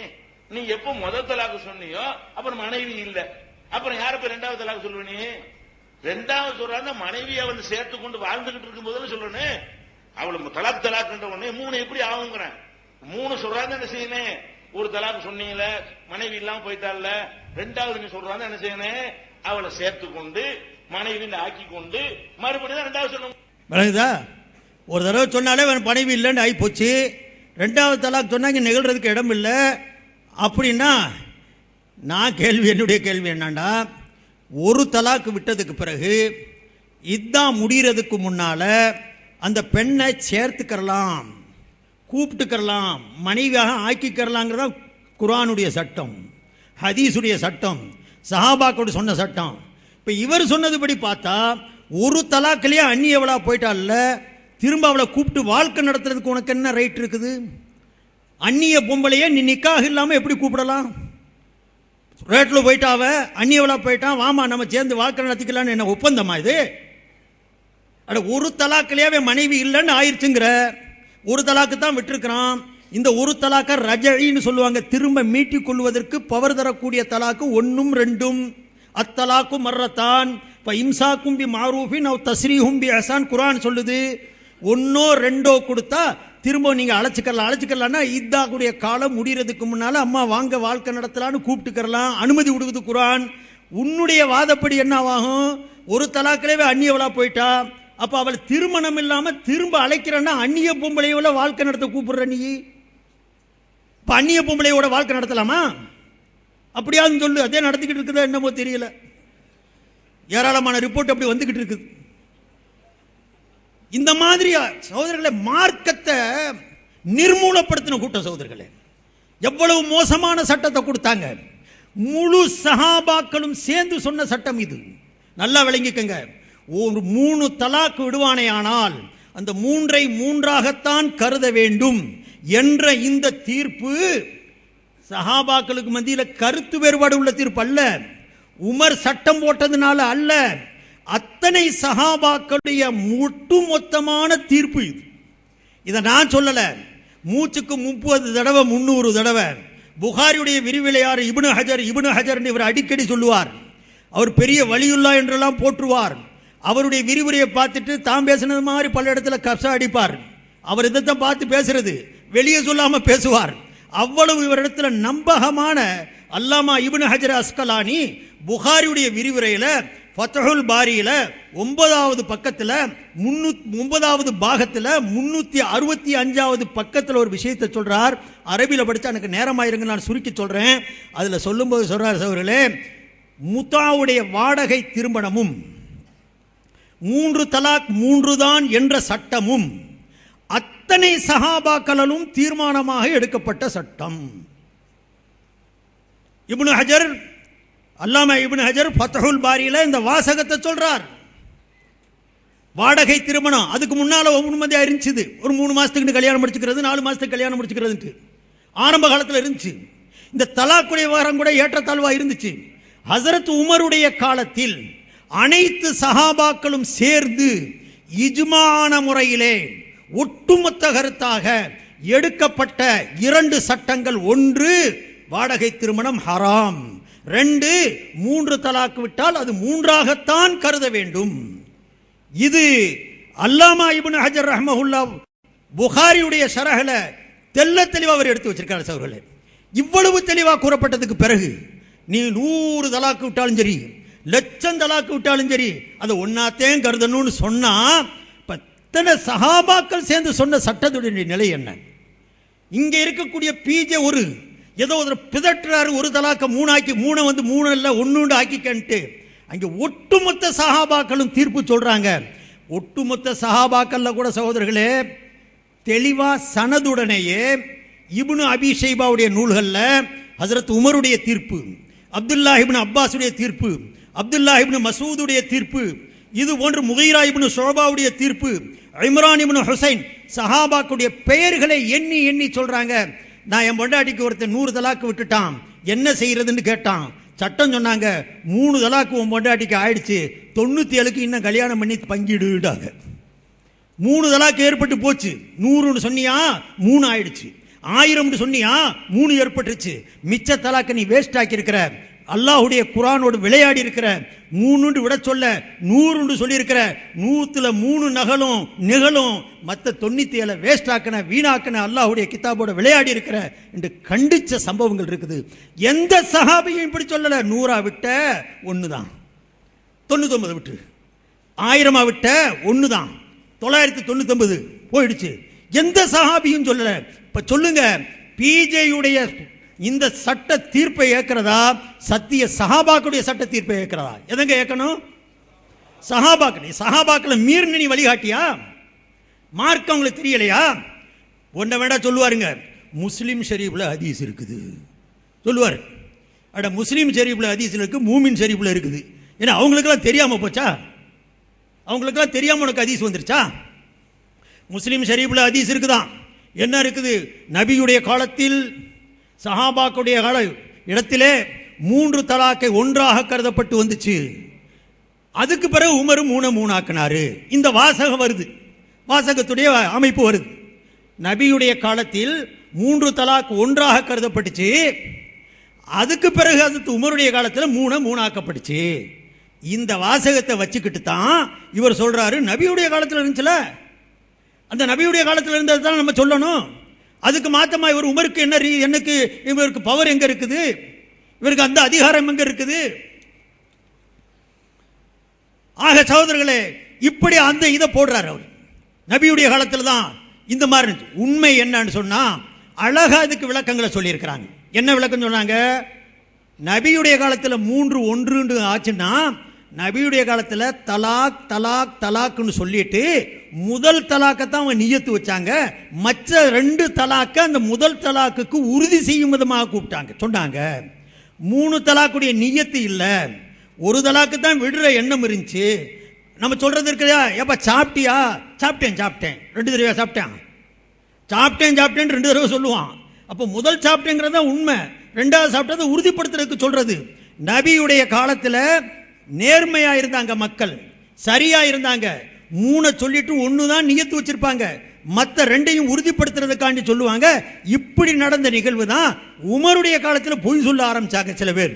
சஹாபாக்கள் அல்ல, சஹாபாக்களுக்கு அடுத்து வந்தவன் 3 நியத்து செஞ்சுட்டு அது 1 தான் சொல்ல ஆரம்பிச்சான். ஏன்னா வாழ்க்கை பிரச்சனை ஆகுது, அதை மாத்துறதுக்காண்டி இப்படி சொல்லும் பொழுதுதான் ஹஜ்ரத் உமர் சொன்னாங்க, இனிமேல் யாராவது 3ன்னு சொன்னான் நீ நியத்தே வச்சு சொல்லியிருந்தாலும் சரி, வெளியில வந்து கபடங்கள் நடக்குது, சூழ்ச்சிகள் நடக்குது, அதனால சிந்திச்சு சொல்லு. 1 தான் விடணும்னா ஒரே தடவை மட்டும் சொல்லு, 3 தடவை சொல்லிட்டு 1 தான் சொன்னிட்டு மாத்தி பேசுற வேலை இருக்கக்கூடாது. இந்த சட்டத்தை அவங்க அறிமுகப்படுத்தினாங்களே அல்லாம நபியுடைய காலத்தில் 3 அல்ல 100 அல்ல 1000 அல்ல அது பூரா ஒன்னா கருதப்படுத்துங்கிற அர்த்தமே இல்லை. இதுக்கு பெரிய ஆதாரம் என்னண்டா, முஸ்லிம் ஷரீஃப்ல அறிவிக்கப்படக்கூடிய இந்த ஹதீஸ் இருக்குது. இந்த ஹதீஸை அறிவிக்கிறவர் இப்னு அப்பாஸ் ரலியல்லாஹு அன்ஹு. நல்லா விளங்கணும், இந்த ஹதீஸை எடுத்து சொல்றவர் இப்னு அப்பாஸ். அந்த இப்னு அப்பாஸ் ரலியல்லாஹு அன்ஹு வாழ்க்கை பூரா ஃபத்வா கொடுத்துக்கிட்டு இருந்தாங்க, 3 தலாக் விட்டா 3 தான்.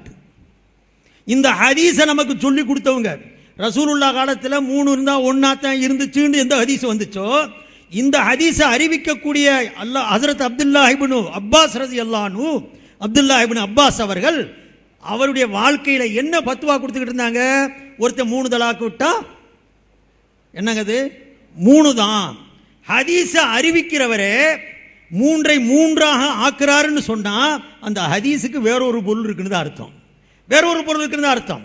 இல்ல இந்த ஹதீஸ் அவர் மறந்துட்டாரு இவனு சொல்றதுங்க. ஹதீஸை மறந்துட்டு ஃபத்வா கொடுத்துக்கிட்டு இருந்தாரு. அட ஹதீஸை இவர் மறந்துட்டாரு, எல்லா சஹாபாக்களும் மறந்துடுவாங்க? யாருமே அவருடைய வாழ்க்கையில ஞாபகம் காட்டலையே, நினைவுபடுத்தலையே. அதனால அருமை சோதரர்களே, ஒரு தலாக்குடைய விஷயம் இது, ஹராம் ஹலாலுடைய விஷயம் இது. 3 ஆக்கி சொல்லி போட்டு 1 சேர்ந்து வாழ்க்கை நடத்துங்க அனுமதி கொடுக்குறாங்கன்னு சொன்னா விபச்சாரத்துக்கு அனுமதி கொடுத்துக்கிட்டு இருக்கிறாங்க.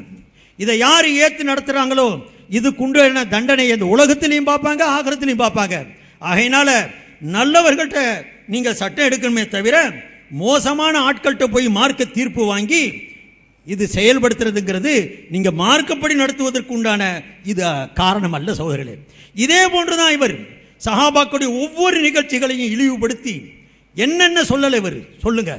ஹஜ்ரத் அவங்க சதீதுத்தீன் ஹஜ்ரத் அவர்களோட குறிப்பிட்டு காட்டினாங்க, சத்திய சஹாபாக்களை கேவலப்படுத்துறதுக்காக வேண்டி என்ன சொன்னாங்க. சஹாபாக்கள் ஒன்றும் தெரியாத ஞான சூனிய மாதிரி இவர் எடுத்து சொல்ல ஆரம்பிச்சார். ஒவ்வொரு விஷயத்திலையும் அப்படித்தான் சொன்னார். எது வரைக்கும் சொன்னா சத்திய சஹாபாக்களை, ஏன்னா அவங்க தான் மார்க்கத்துக்கு தீர்ப்பு செய்வதில், மார்க்கத்துடைய விளக்கம் கொடுக்கறதுல அத்தாரிட்டியா இருக்கிறதுனால அவங்கள லேசா கிளப்பிட்டோம்னு சொன்னா இமாம்களை லேசா கிளப்பிடலாம், இமாம்களை லேசா கிளப்பிட்டா ஆலிம்களை லேசா கிளப்பிடலாம். அதுக்கு பிறகு இவங்க வச்சிருக்கக்கூடிய யஹூதி கொள்கைகளை பரப்பலாம். அந்த திட்டத்தில் தான் சஹாபாக்கள் படி வீழ்த்துறது சகோதரர்களே. வேற என்ன காரணமா இருக்கும்? இதனால தான் அந்த சத்திய சஹாபாக்களை பற்றி சொல்லும் பொழுது ஒட்டுமொத்தமா சொல்றாருங்க. எல்லா சஹாபாக்களும் எப்படி இருந்தாங்கன்னா, ரசூலுல்லாஹ் எப்ப மௌத்தாவாரு, ஆட்சி எப்ப நமக்கு கிடைக்குன்னு எதிர்பார்த்து உட்கார்ந்தாங்களாம். எந்த சஹாபாக்களை பத்தி? அல்லாஹு அக்பர். சத்திய சஹாபாக்கள் நபி மேல வச்சிருந்த அன்பு என்ன, மௌத்தா போன நபியை கூட மௌத்தாகிறது என்னால ஒப்புக்கொள்ள முடியலன்னு போராடிய உமர் எங்க எதிர்பார்த்திருந்தாங்களாம், எதிர்பார்த்திருந்தாங்க. எப்ப? அதுல இந்த கொச்சையான பழமொழிங்க, அன்னை எப்ப சாவான் திண்ணை எப்ப காலி ஆகும் போட்டு பாருங்க.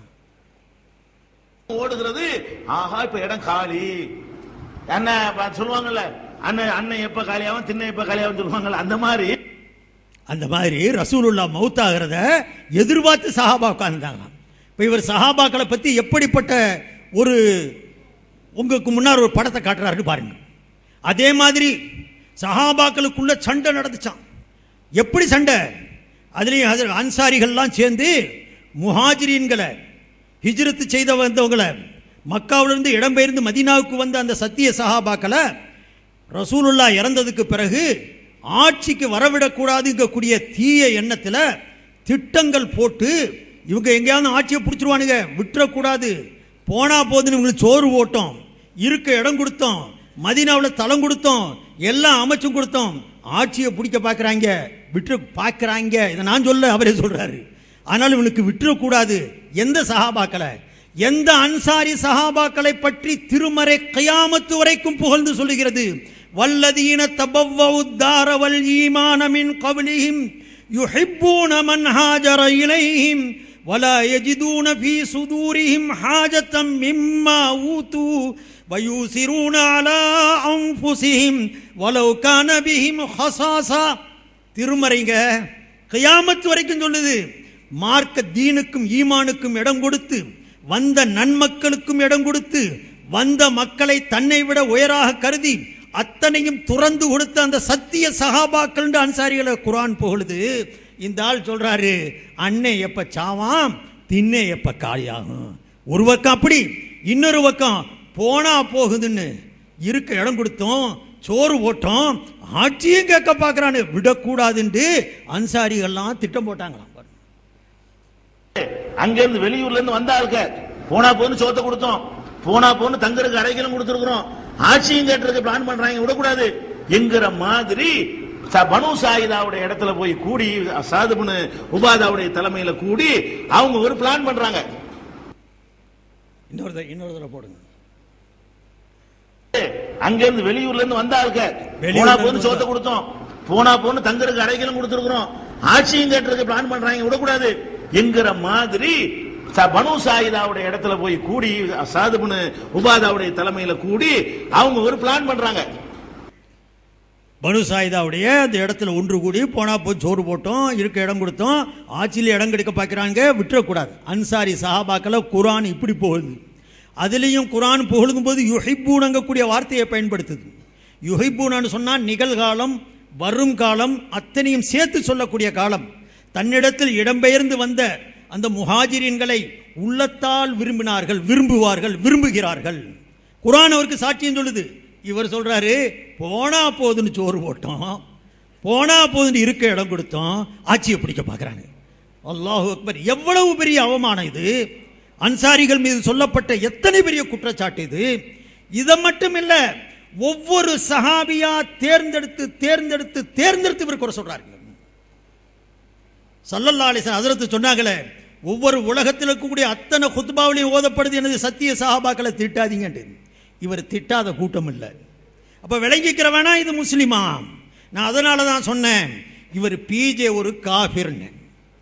விவாதத்திலே நான் சொன்னேன், ஒன்னும் ஒளிஞ்சு மறைச்சு சொல்லல. ஏன்னு சொல்லுங்க, நான் காரணம் இல்லாம சொல்லல. இவர் குர்ஆனை சொல்றாருங்க. குர்ஆன் இது இஜ்மாவான பொருள் அல்ல, எல்லாராலும் அங்கீகரிக்கப்பட்டது அல்ல. குர்ஆனை சொல்றார். நீங்கள் நம்மளும் குர்ஆனை நம்பி இருக்கிறோமே, அந்த குர்ஆனை பத்தி சொல்லும் பொழுது சொல்றாரு, எல்லாராலையும் அங்கீகரிக்கப்பட்டது அல்ல குர்ஆன்னா. அப்ப குர்ஆன்ல கருத்து வேறுபாடு ஆயிருச்சு, சந்தேகத்துக்குள்ள பொருளாகி போச்சு. குர்ஆன் மார்க்கத்துக்கு, இஸ்லாத்திற்கு அடிப்படையான குர்ஆனுக்கு இந்த கதியா இருந்தா இவர் எப்படிங்க முஸ்லீமா இருப்பாரு? எப்படி முஸ்லீமா ஏத்துக்கிற சொல்றீங்க? ஆண்டுக்கு ஒரு தடவை ஜக்காத்துங்கிறத ஆயில்ல ஒரு தடவை கொடுத்தாங்கன்னு சொல்லி ஒரு ஆதாரம் கூட இல்லாம இஸ்லாமிய முழு உலகமும் செயல்படுத்திக்கிட்டு இருக்கக்கூடிய ஒரு சட்டத்தை மாத்தி புதுசா இப்படி ஒரு சட்டத்தை போட்டு, அதுலயும் நாங்கள்லாம் சேர்ந்து அறிஞ பெருமக்கள்லாம், இவங்கள்ட்ட இருந்த 13 அறிஞ பெருமக்கள் சேர்ந்து முடிவு கட்டாங்களாம். 13 அறிஞ பெருமக்கள் இஜ்மா எல்லாரும் சேர்ந்து சந்தேகத்துக்கு இல்லாம ஆய்வு செஞ்சு ஆயில்ல ஒரு தடவை ஜக்காத்து கொடுத்தா போதும். நீ 13 பேர் சேர்ந்து சொன்னா அது ஆதாரம். அங்க 1.25 லட்சம் சஹாபாக்கள் சொன்ன ஆதாரம் இல்லையோ? 4 இமாம்களும் சேர்ந்து சொன்ன ஆதாரம் இல்லையோ? தாபியன்கள்லாம் சேர்ந்து சொன்ன ஆதாரம் இல்லையோ? இதை எந்த வழியில எடுத்துட்டு போறது? இப்ப ஜக்காத்துடைய விஷயத்துல இவ்வளவு தெளிவா இருக்க, இவர் தன்னுடைய நூல்ல அந்த ஜக்காத் ஒரு ஆய்வுங்க கூடிய இதுல தெளிவா எழுதுறாரு. நாங்க 13 பேர் சேர்ந்து இதை நாங்க தீர்மானம் போட்டிருக்கிறோம், நாங்க எல்லாருமே சேர்ந்து கருத்து வேறுபாடு இல்லாத முறையில ஆயுள்ல ஒரு தடவை ஜக்காத்து கொடுத்தா போதுங்க கூடிய சட்டத்தை போட்டிருக்கிறோம் சொல்லி அவருடைய நூல்ல எழுதியிருக்கிறார். அருமை சோதர்களே, இதே மாதிரி சஹாபாக்களை இவர் எப்படி விமர்சிக்கிறார் தெரியுமா? சஹாபாக்களுக்கு எந்த ஞானம், குரானே ஒழுங்கா தெரியாது சொல்றாருங்க. குரானை பற்றி சொல்லும் பொழுது குரானை திருமறையில் வானத்தை கூரை என்று சொல்லுது. வானத்தை உங்களுக்கு கூரை ஆக்கி இருக்கிறோம், சக்ஃபம் மஹ்ஃபூதா, இந்த கூரை ஆக்கி இருக்கிறோன்னு சொல்லுது. இப்போ இவர் கேட்குறாரு, வானத்தை கூரைன்னு சொன்னால் சஹாபாக்களுக்கு விளங்கி இருக்குமா? இவருக்கு விளங்கிருச்சான், சஹாபாக்களுக்கு இங்கே விளங்கலையாம். வானம் கூரையாக இருந்தால் எப்படி மழை பெஞ்சா மழை பெய்யக்கூடாதுல்ல? இவர் மக்கள்கிட்ட கேட்குறாருங்க. வானத்தை கூரைன்னு அல்லாஹ் சொல்கிறான். கூரை இருந்துச்சுன்னா வெயில் அடிக்கக்கூடாது, மழை பெய்யக்கூடாது, காத்தடிக்கக்கூடாது. அப்போ வானம் கூரையாக இருந்துக்கிட்டு கூட காற்றும் அடிக்குது, மழையும் பெய்யுது, வெயிலும் அடிக்குதுன்னு சொன்னால் அப்போ கூரை எப்படி ஆகும்? இது சஹாபாக்க புரிஞ்சிருப்பாங்களா? நம்ம புரிஞ்சிருப்போம். சொல்கிறார், அவர் புரிஞ்ச கதையும் கேளுங்க. அது இப்படி விளங்க கொள்ள முடியும். அந்த சில விஷயங்கள் உதாரணமா என்ன, அதாவது வானத்தை வந்து கூரையாக்கி இருக்கணும் எல்லாம் சொல்றான் குரான்ல. வானம் எங்களுக்குள்ள கூரையா இருக்குது, கூரையா இருக்குது, விளங்குமா? சஹாபாக்களுக்கு விளங்கி இருக்குமா? வானம் எங்க கூரையா இருக்குது? கூரைன்னா என்ன செய்யணும்? கூரை மழையில இருந்து நம்மளை காப்பாற்றணும், வெயில இருந்து காப்பாற்றணும், எல்லாம் மேல விழுந்துகிட்டு இருக்கு கூரைங்கிறான். வானம் இருக்குது, நம்ம மேல மழை கொட்டுது, வெயில் படுது, ஆனா வானத்தை என்ன செய்யறான்ல கூரைங்கிறான். விளங்குமா? ஏதாவது அந்த மக்களுக்கு விளங்கி இருக்காது. இன்றைய அறிவியல் உலகத்தில் வாழக்கூடிய மக்களுக்கு விளங்குது. வானம் கூரைன்னா இது வேற ஒரு கூரையா தான் இருக்குது. விளங்குற மாதிரி விளங்கிட்டீங்களா? வானம் கூரை இல்லை, அது கூரையா தான் இருக்குது. இவர் விளங்குற விளக்கம் இருக்கேன். நீயாவது விலைக்கு சொல்லி இருக்குது. அட நீயாவது கூரை எப்படின்னு விலைக்கு இருக்கணுமா இல்லையா? இவர் விளங்கிட்டாராம், வானம் கூரையா இருக்கா, கூரையா இருக்குது. சஹாபாக்களுக்கு தெரியல, இவருக்கு தெரிஞ்சிருச்சு. சஹாபாக்களுக்கு என்னங்க தெரியும்? அபூ ஹுரைராவுக்கு காண்டம் என்னன்னு தெரியுமான்னு கேட்கிறாருங்க. ஓடுப்பா, தீர்ப்பு சொல்லியிருப்பாங்களா? இன்னைக்கு உள்ளத காண்டம் யூஸ் பண்ணலாமா? என்ன சொல்லியிருப்பாரு அவர்? சாபிட்ட போய் அபூ ஹுரைராட்ட போய் காண்டம் யூஸ் பண்ணலாமா? காண்டம் அப்படின்னா என்னன்னு கேட்பாரா இல்லையா? அபூ ஹுரைராவுக்கு உங்களுக்கு விளங்குதா இல்லையா? திரும்ப போடுப்பா. தீர்ப்பு சொல்லியிருப்பாங்களா? இன்னைக்கு உள்ளத காண்டம் யூஸ் பண்ணலாமா? என்ன சொல்லியிருப்பாரு அவர்? சாபிட்ட போய் அபூ ஹுரைராட்ட போய் காண்டம் யூஸ் பண்ணலாமா? காண்டம் அப்படின்னா என்னன்னு கேட்பாரா இல்லையா? அவருக்கு உங்களுக்கு விளங்குதா இல்லையா? விளங்குதா? அபூ ஹுரைராவுக்கு காண்டம் ஏன் தெரியும்? உனக்கு தான் தெரியணும். தேவைப்படும் அங்க அதான் நெட்ல கிளிகிளின்னு கிளிக்கிறானே சங்கேசுகான தெரியல. எங்க சஹாபாக்களோட எந்த வார்த்தையை பயன்படுத்த கூடிய ஒரு என்ன எந்த வார்த்தையால சொல்றது நமக்கு புரியல. எவ்வளவு மோசமான வார்த்தை. வசமாயி தாத்திர் ரஜா, வானம் திரும்பி தரக்கூடிய வல்லது. ஒரு பொருளை கொண்டு போய் திரும்ப அந்த வானம் திருப்பி கொடுக்குது அப்படிங்கிறதுக்கு தப்சீர்ல ஏகப்பட்ட விளக்கம். சஹாபாக்கள், தாபியீன்கள், தப தாபியீன்கள் பல பேர் சொன்ன விளக்கங்கள் ஹதீஸுடைய குர்ஆனுடைய தப்சீர்கள்ல இருக்குது. இவர் சொல்றாருங்க, வானம் திரும்பி திரும்பினா அந்த சஹாபாக்களுக்கு தெரியுமா? நமக்கு தெரியுங்கிறார். கேள்ப்பா, வழங்கிருக்குமா உங்களுக்கு? இப்ப இன்னைக்கு உள்ளவனு தான் என்ன செய்யுது? நம்ம இங்க இருந்து வீடியோ அனுப்புறோம், மேல இருந்து உங்களை திருப்பி தருகிறது. எத்தனை விஷயங்களை மேல போய் திருப்பி வருதா இல்லையா? அப்படி ஒரு தண்ணியை மேல தூக்கிட்டு போய் மழை கொட்டு திருப்பி தருகிறது. இப்படி எத்தனை விஷயங்கள் திருப்பி தரக்கூடியதா இருக்கு. அதை வழங்கி எங்க இமாம்கள் இந்த மாதிரி ஆய்வெல்லாம் தரலைங்க. ஒவ்வொன்றையும் சொல்லும் போது அதுக்கு உண்டான இப்படி சத்திய சஹாபாக்களை சீரழிக்கும் விதமாக இமாமுல் ஆஸம் அபூ ஹனீஃபா ரஹ்மத்துல்லாஹி அலைஹி என்ன சொன்னாங்க? அல்லாஹ்விடத்திலிருந்து வந்துருமே ஆனால் ஃபாலர் ராசி வல் ஐன், அல்லாஹ்வுடைய இருந்து எந்த தீர்மானமும் தீர்ப்பும் தெளிவுரையும் வருமையானால் தலையாலும் கண்ணாலும் ஒத்தி எடுத்துக் கொள்வேன். ரசூலுல்லாஹ்விடத்திலிருந்து எது வருமையானால் என்னுடைய தலையாலும் என்னுடைய கண்ணாலும் ஒத்தி அதை ஏற்றுக்கொள்வேன். சத்திய சஹாபாக்கள்கிட்ட இருந்து வந்தாலும் கூட நான் அதை அப்படியே ஃபாலர் ராசி வல் ஐன், சத்திய சஹாபாக்கள் விளக்கமுடையவர்கள், தீர்மானமான விளக்கமுடையவர்கள், தீர்க்கமான ஞானமுடையவர்கள். அவர்களை பார்த்து வானம் திருப்பி தருங்க என்னன்னு தெரியாது, காண்டம்டா என்னன்னு தெரியாது, கடல்னு கூட தெரியாதாங்க. சஹாபாக்களுக்கு கடலே பார்த்தது இல்லையா? போடுப்பா. கடலுக்கு அடியில் அலை இருக்குன்னா என்ன விளங்கி இருக்கு உங்களுக்கு? கடலே பார்க்காத ஆளுங்க, கடல் பார்க்காத ஏதாவது விளங்கி இருக்குமா? நமக்கு விளங்குது. இப்ப நமக்கு சுனாமிக்கு பிறகு எவ்வளவு விஷயங்கள் விளங்குது. சுனாமிக்கு முந்தி திரும்ப போடுப்பா. கடலுக்கு அடியில் அலை இருக்குன்னா என்ன விளங்கி இருக்கு உங்களுக்கு? கடலே பார்க்காத ஆளுங்க, கடல்ல போகாத ஏதாவது விளங்கி இருக்குமா? நமக்கு விளங்குது. இப்ப நமக்கு சுனாமிக்கு பிறகு எவ்வளவு விஷயங்கள் விளங்குது. சுனாமிக்கு முந்தி கடலை பார்க்காத தொண்டி கடலை சொல்றாரு. கிருக்க 40 கிலோமீட்டர்ல ஜித்தா இருக்குது, 40-50 கிலோமீட்டர்ல பூரா கடல்.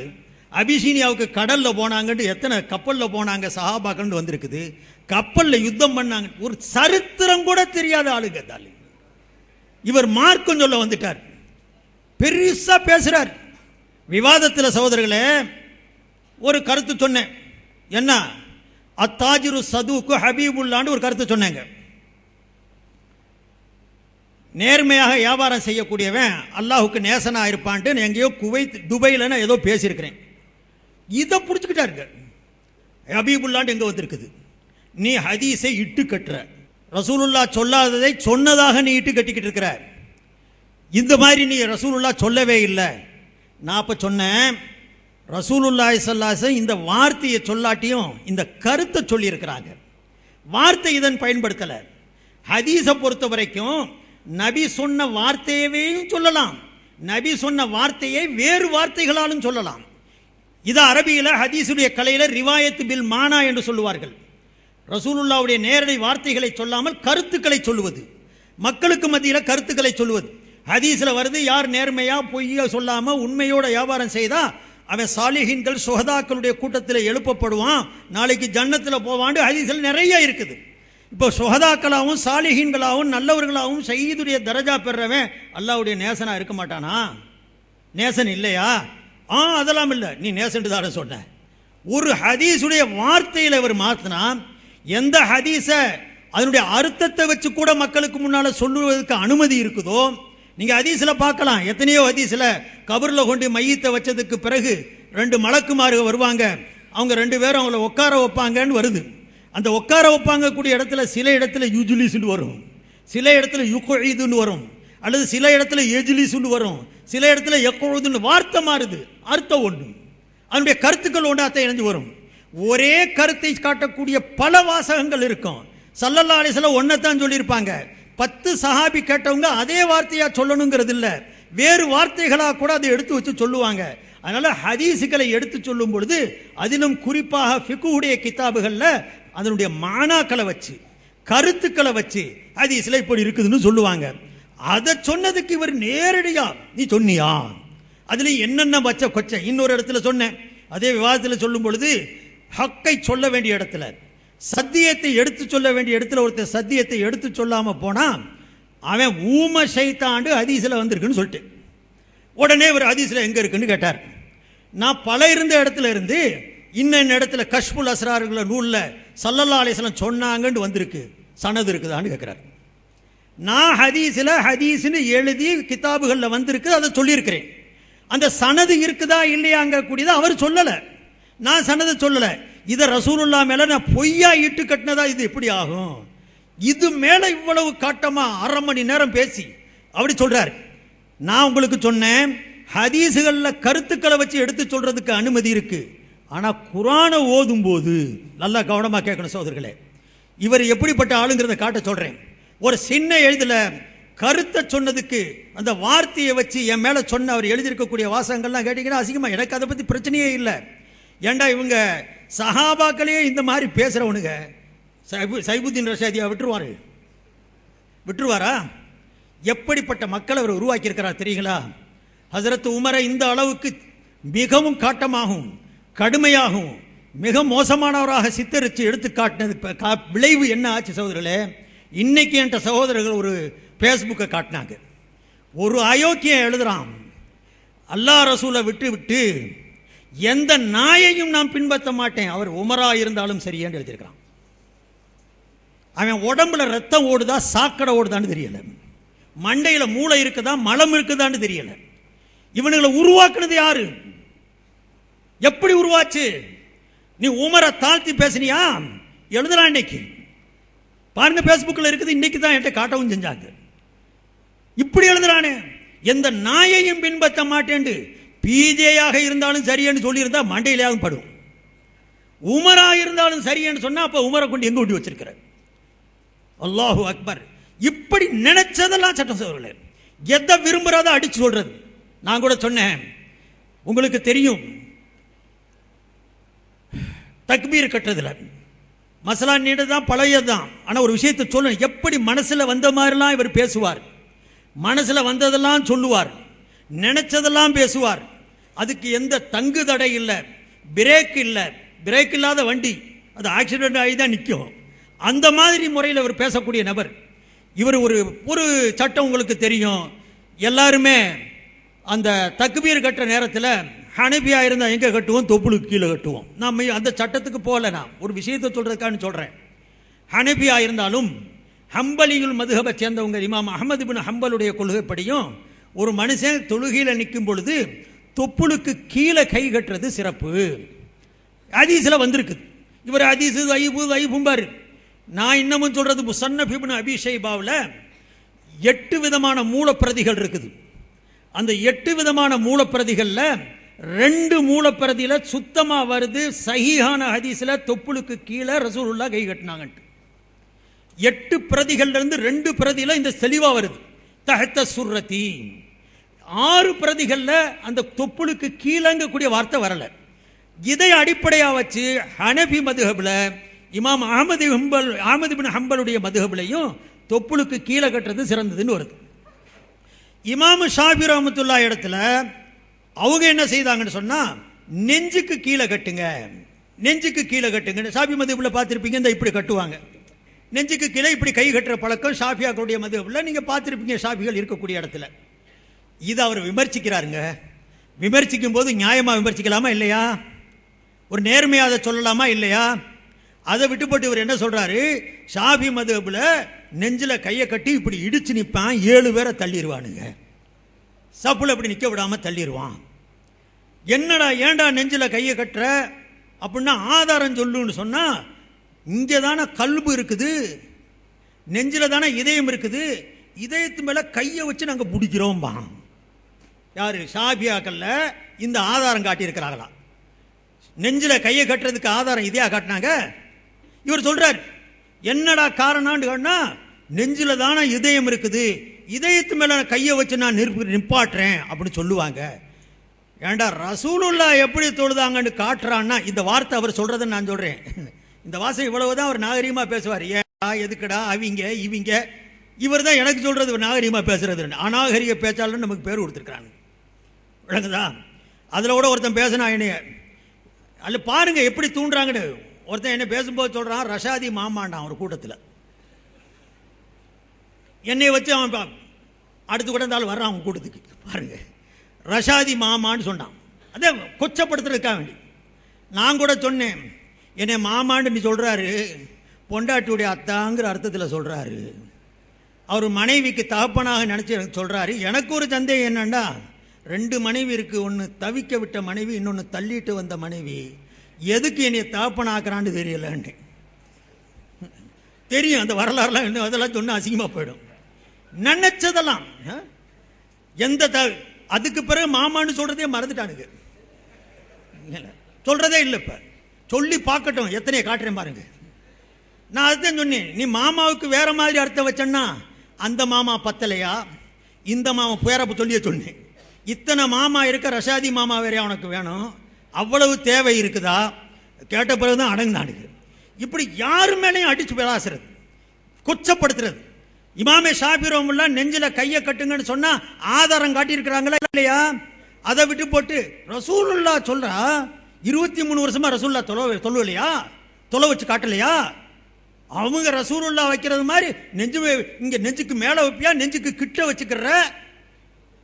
அப்ப நீ கல்பு தான் அங்க இருக்குதுங்கிற, கல்பை பிடிக்கிறதா அசலு இருப்பாங்க. நல்லா விளங்கிக்கங்க. உண்ட இந்த கல்பு மேல வச்சு அமுக்குங்கன்னு சொன்னது, இதயத்தை பிடிங்கன்னு சொன்னது எந்த ஆதாரத்திலையும் சொல்லப்படல. மேல் மிச்சமா யாராவது விளையாட்டுக்கு சொல்லியிருக்கலாம். சட்டப்பூர்வமான ஆதாரம் இமாம் ஷாஃபி ரஹ்மத்துல்லாஹி பஸார் என்ற ஹதீஸ் கிரந்தத்தில் ஹதீஸ் இருக்குது. நபி ஸல்லல்லாஹு அலைஹி வஸல்லம் இந்த சதுரிஹி, நெஞ்சுக்கு அருகில் கைகளை கட்டினார்கள். இதுதான் உங்களுக்கு அடிப்படை ஆதாரம். ஹதீஸுடைய கிரந்தம் பஸாருடைய நூல்ல இந்த சதுரிஹி, சதுருக்கு பக்கத்தில், நெஞ்சுக்கு கீழே, நெஞ்சுக்கு அருகிலே ஹதீஸ் இருக்குது. ஹதீஸை விட்டு ஆதாரம் சொல்லி இருக்கிறாங்க. இவர் அடுத்து என்ன சொல்ல ஆரம்பிச்சிட்டாரு? இந்த அதுக்கு எடுத்துப்படுத்தி நெஞ்சிலையா இப்ப இருக்குது, நெஞ்ச போயா பிடிக்கிறது, எல்லாமே இப்ப மண்டையில தான் இருக்கு. அவர் சொல்றாருங்க இதயம் வேஸ்ட். இதயம் என்கிறது எடுத்து இருக்கிறாங்க. இப்படி செய்யற ஒரு நிலைமை என்ன செய்யறோம் பாக்குறோம். இதுக்கு என்ன ஆதாரம்னு கேட்டா ரசூல்லா சொன்னாங்களான்னு கேட்டா சாபி மதங்களை சொல்றாங்க. அதுவும் ரசூல்லா சொல்லல, கல்பு தானே இருக்கு, அதுதான் செய்யறோம். இவங்க இஷ்டத்துக்கு முடிவு எடுக்கிறது. அப்ப ரசூல்லா சொல்லுது காட்டலையா? அப்ப 23 வருஷம் ரசூல்லா தொழுவே இல்லையா? அடே ரசூல்லா எப்படி தொழுதாங்கன்னு சொல்றான்னு கேட்டா கல்பு இங்கதான் இருக்குங்கிறான். அப்ப கல்பை விட மூலதனம் நமக்கு இப்படி கேட்டப்ப கல்பை விட எது முக்கியமானது? மனுஷனுக்கு மூலதனம் முக்கியமானது. கல்புல ஒண்ணுமே கிடையாது. அந்த காலத்துல கல்புனாங்க, கல்புலையா நினைக்கிறோம், கல்பா கவலைப்படுது. இப்ப எல்லாம் மூளைன்னு ஒத்துக்கிட்டான். கல்புடைய வேலை என்ன? பம்பிங் மட்டும்தான். ரத்தத்தை பம்ப் பண்ற வேலையை தவிர வேற ஒரு வேலை அங்க நடக்கல. நம்ம கவலைப்படுறோமே அது இங்கதான் நடக்குது. நம்ம சிரிக்கிறோமே அது இங்கதான் நடக்குது. உன் மனசுல நான் வச்சிருக்கிறோங்க இங்க ஒண்ணும் வைக்கல, இங்கதான் வைக்கிறோம். எல்லாமே இங்கதான் இருக்கு, மண்டையில மூளையில தான் இருக்குது. இதுல ஒண்ணும் இல்லைன்னு ப்ரூவ் பண்ணிவிட்டாங்க. கல்புல என்ன இல்ல, ஒண்ணுமே இல்லைன்னு. அப்ப இவங்க வாதப்படி தக்பீர் கட்டுறானே, எங்க கட்டுறானே? எல்லாம் ஞானம் இருக்குது. அப்படி ஒரே அல்லாஹ் அக்பர். கேட்டுக்கிட்டீங்களா? கல்புல ஒண்ணுமே இல்லையா சொல்லிட்டாங்களாம். எவங்க சொல்லிட்டான்? விஞ்ஞானிய சொல்லிட்டானா? நம்ம நினைச்சா அல்லாஹ் ரசூலை நம்பி இருப்பன்ட்டு. நீ விஞ்ஞானியை கொண்டு ஈமான் கொண்டவங்கிறது இப்பதான் தெரியுது. எந்த விஞ்ஞானி கிறுக்கன்னு சொன்னான்? இப்போ 1 2ல் 1 தான் இருக்கணும். ஒன்னு பிஜேக்கு கல்பு மண்டையில் இருக்கணும், அல்லது அவருக்கு கல்பே இல்லைன்னு இருக்கணும், இதயமே இல்லைன்னு இருக்கணும். ஏன்னா குர்ஆன்ல எண்ணற்ற ஆயத்துக்கள் இருக்குது. சஉல்கி ஃபீ குலூபில் லதீன சனுல்கி ஃபீ குலூபில் லதீன கஃபரு ருஅப. குர்ஆன் சொல்லு, அவருடைய நெஞ்சங்களிலே இதயங்களிலே நான் பயத்தை போட்டுட்டேன்னு. இவர் சொல்றார், நெஞ்சிலையா பயம் இருக்குது? இருதயத்திலா பயம் இருக்குது? இருதயமா விரும்புது? இருதயமா கவலைப்படுது? கூறுகட்ட ஆளுக. இருதயமா விளங்குது?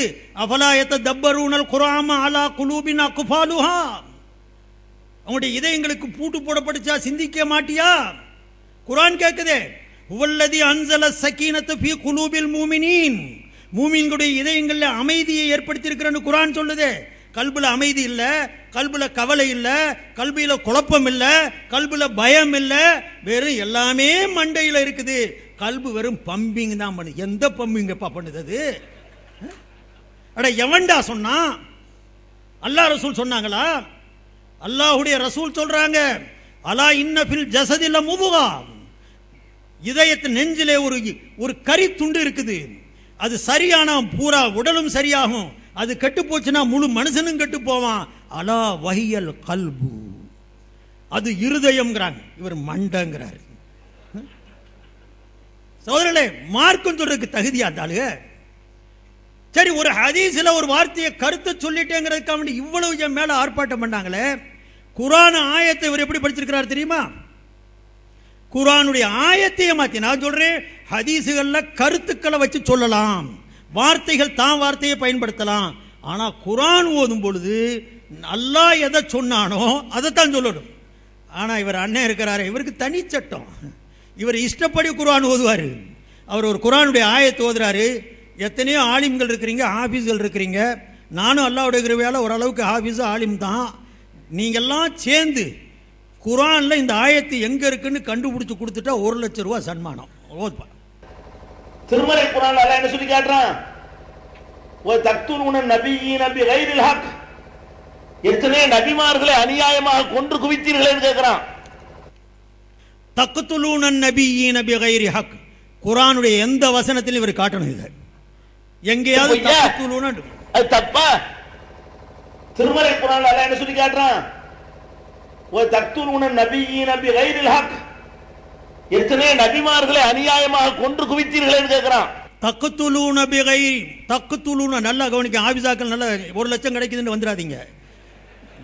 அங்க அங்க இருக்கிறது யக்துலூன. இந்த ஆள் படிக்கிறாரு தக்துலூன. அடுத்தது இன்னொரு இதோட ஒரு மோசமா ஒண்ணு சொல்றாரு பாருங்க. மார்க்கம் நீங்க ஒத்துக்கிட்டு 4 கூறுகளாக உங்களுக்கு அனுப்பப்பட்டு காட்டுகிறான் அல்லாஹ். அதே மாதிரி என்ன செய்யறான்? இது ஒரு வழிதான். குல் ஹாதிஹி சபீலி, இதுதான் என்னுடைய ஒரே வழி அல்லாஹ் சொல்லி காட்டுகிறான். வலா தத்தபிஉ சுபுல, பல வழிகளை பின்பற்றி விடாதீர்கள். ஃபதஃபர்ரக பிக்கும் அன் தீனிஹி, உங்களுடைய அல்லாஹ்வுடைய தீனை விட்டு உங்களை திசை திருப்பி. வலா தத்தபிஉ சுபுல ஃபதஃபர்ரக பிக்கும் அன் தீனிஹின்னு படிச்சிருக்கிறாரு. நீங்க இத்தனை ஹாஃபிஸ் இருக்கிறீங்க, ஃபதஃபர்ரக பிக்கும் அன் தீனிஹின்னு குர்ஆன்ல இருந்துச்சுன்னா நிச்சயமா உங்களுக்கு 1 லட்சம் ரூபாய் கொடுக்கலாம். பிஜே எழுதின குர்ஆன்ல வேண்டாம் இருக்கலாம். ஏண்டா அவர் தனி குர்ஆன் அவருக்கு இருக்குது.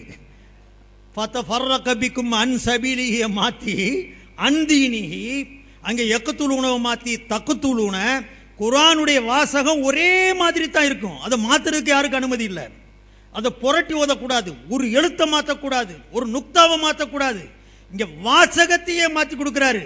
இதை கேட்டோம்னா சொல்லுவாரு ஞாபகம் மறதியும் பாரு. நீ அதே மாதிரி நாங்கள் ஹதீஸை சொல்லும் போது ஏற்கனமா இல்லையா? அது இல்லை சகோதரர்களே. பாவப்பட்ட சஹாபாக்களையே இந்த கதி படுத்துறாருன்னு சொன்னா எங்களை அவர் என்ன கதிப்படுத்த மாட்டார் சொல்லுங்க. அதுலேயும் ஃபுகஹாக்களை பற்றி சொல்றதுன்னா தண்ணி குடிக்காம 3 மணி நேரம் பேசுறாரு. 3 மணி நேரம். அதில் எப்படிப்பட்ட வாசகங்கிறீங்க? 9 கிளாஸ் சாராயம் குடிச்சு போதை ஏறலன்னா அவனுக்கு இது ஹராம் அல்ல. 10வது கிளாஸ் ஓனாத்தான் அவனுக்கு தண்டனை இருக்கு, ஹத்து இருக்குது.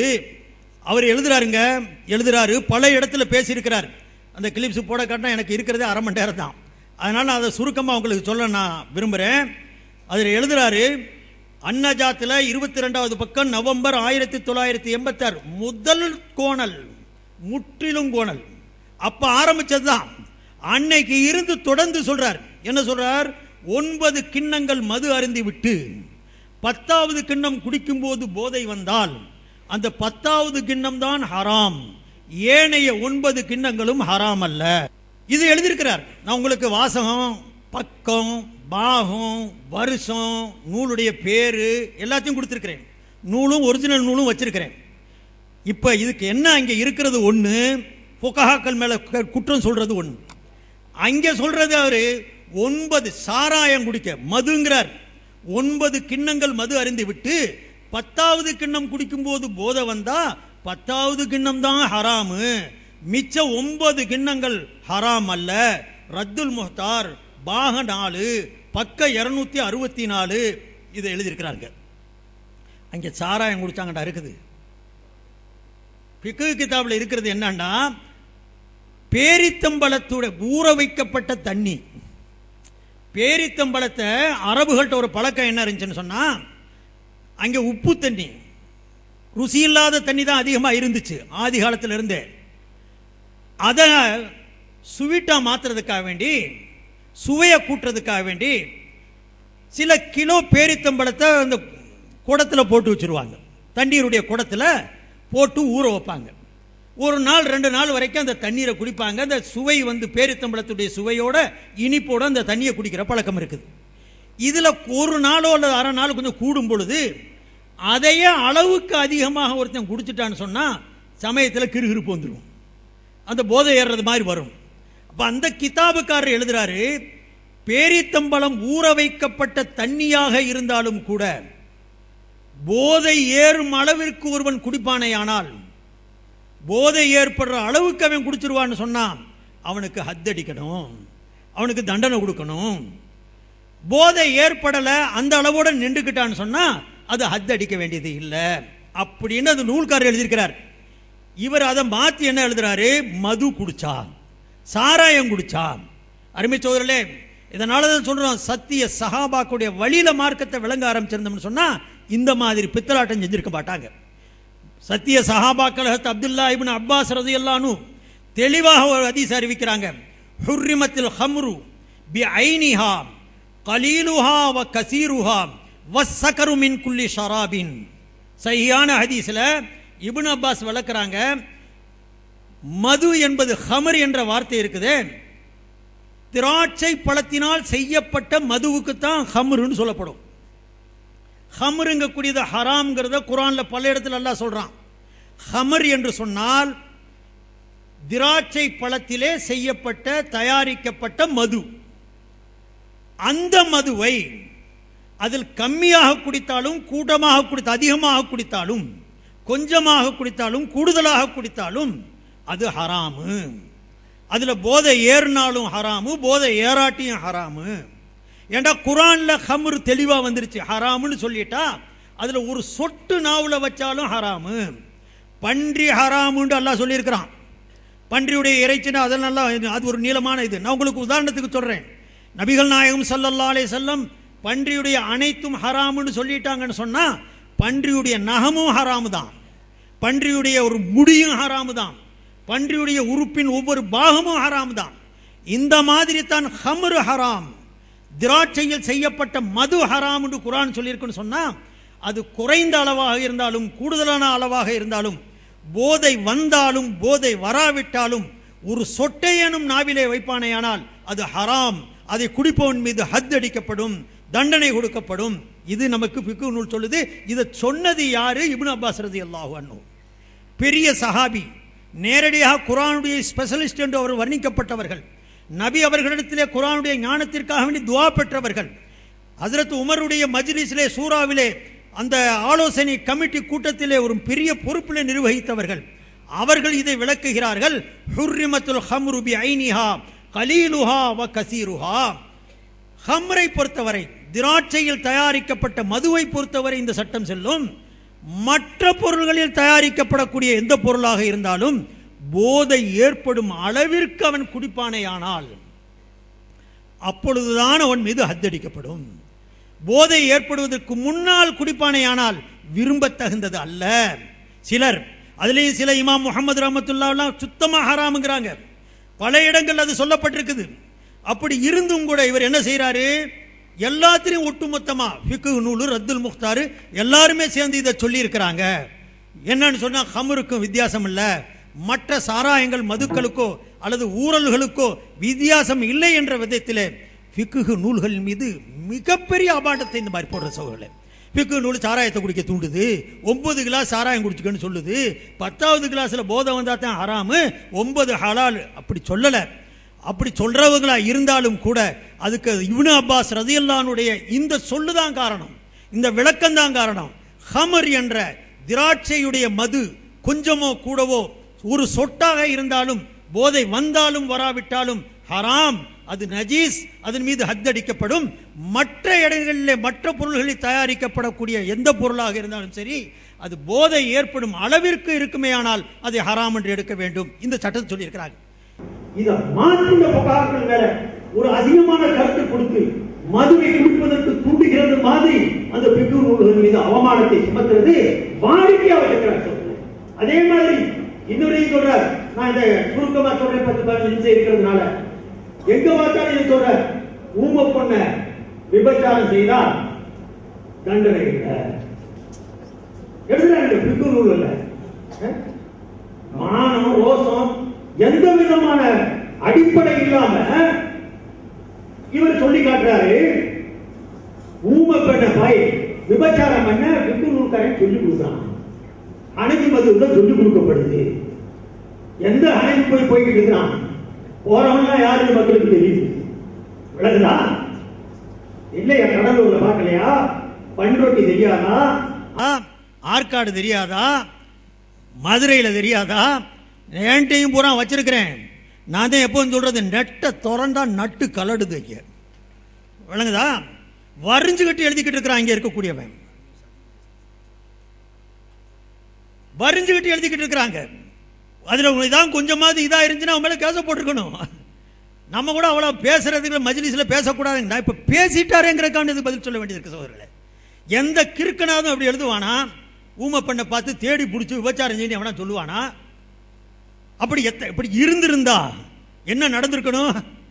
அந்த கிதாபை ஓதி கொடுக்குறாள், ஓதுற ஆளு அல்லது படிக்கிற ஆளு கேட்டவன் இந்த மாதிரி தப்புல போயிருக்கணுமா இல்லையா? எங்கேயாவது அப்படி நடந்திருக்கா?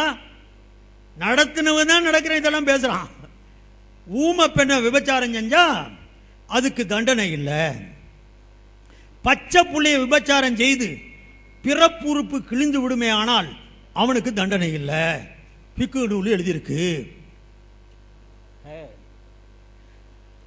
இதை எழுதியிருக்கிறார். இதை பல இடத்துல பேசவும் செய்கிறார். விபச்சாரம் செஞ்சுட்டார். அருமை சோதர்களே, அங்கே இருக்கிறது என்ன தெரியுமா? காரணம் என்னங்கிறத யோசிக்கணும். விபச்சாரத்துடைய சட்டம் நான் ஆரம்பத்தில் சொன்னேன். ஹஜ்ரத் உமர் ரலியல்லாஹு நேரடியாக கண்ணில் பார்த்த போது ஹஜ்ரத் அலி ரலியல்லாஹு என்ன சொன்னாங்க? விபச்சாரம் நடந்தத அவன் மீது ஹத்தடிக்கப்பட வேண்டுமே ஆனால் 4 சாட்சி சொல்லணும். 4 பேர் சாட்சி சொல்லணும். அதுல 4 பேரும் சாட்சி சொல்றது எப்படி சொல்லணும்? ஹதீஸுடைய வாசகங்களை பார்த்தீங்கன்னா நீங்க அசந்து போயிருவீங்க. ஸல்லல்லாஹு அலைஹி வஸல்லம் அந்த அளவிற்கு நமக்கு சொல்லி கொடுத்துருக்காங்க. அவங்க இந்த உம்மத்தின் மீது ஒவ்வொருத்த மேலையும் ஹத் அடி, நேர செலுத்து, கையை வெட்டு, கல்லால் அடிச்சு கொல்லு, முடிஞ்ச வரைக்கும் ஜாவை இப்படி சொல்லல நபிகள் நாயகம் ஸல்லல்லாஹு அலைஹி வஸல்லம். குற்றத்தை மறைக்க சொன்னாங்க. இந்த மார்க் அப்படிங்க. எங்கேயாவது குற்றம் நடந்துருச்சா, விபச்சாரம் நடந்தால் வெளியே சொல்லாதங்கிறத அர்த்தம். அது அவனை திருத்தப்பாரு, கொண்டு வராத கவர்மெண்ட்டுக்கு, கோர்ட்டுக்கு ஏத்தாத. அப்படி ஏத்தணும்னு சொன்னால் எத்தனை சாட்சிங்க வேணும்? 4 சாட்சி. நான் கேட்கிறேன், விபச்சாரம் நடக்கிறத எவனா 4 பேர் கூட்ட வாடா, நீயும் வா நீயும் வா, நம்ம சாட்சி சொல்லணும். இங்கே நடக்குமா? 4, மற்ற எல்லா பொருளுக்கும் 2 சாட்சியா சொன்னது. விபச்சாரத்துக்கு 4 சாட்சியா வச்சதே எதுக்குன்னு சொன்னா, எங்கேயாவது அவஸ்து மஸ்தா தவறு நடந்துருச்சுன்னா தனிப்பட்ட முறையில் திருத்து, அவன் மேல கல்லடி வாங்கி கொடுக்கறதுக்கு முயற்சி பண்ணாத என்ற கருத்தை தான் நபிகள் நாயகம் ஸல்லல்லாஹு அலைஹி வஸல்லம் அந்த மக்களுக்கு சொன்னாங்க.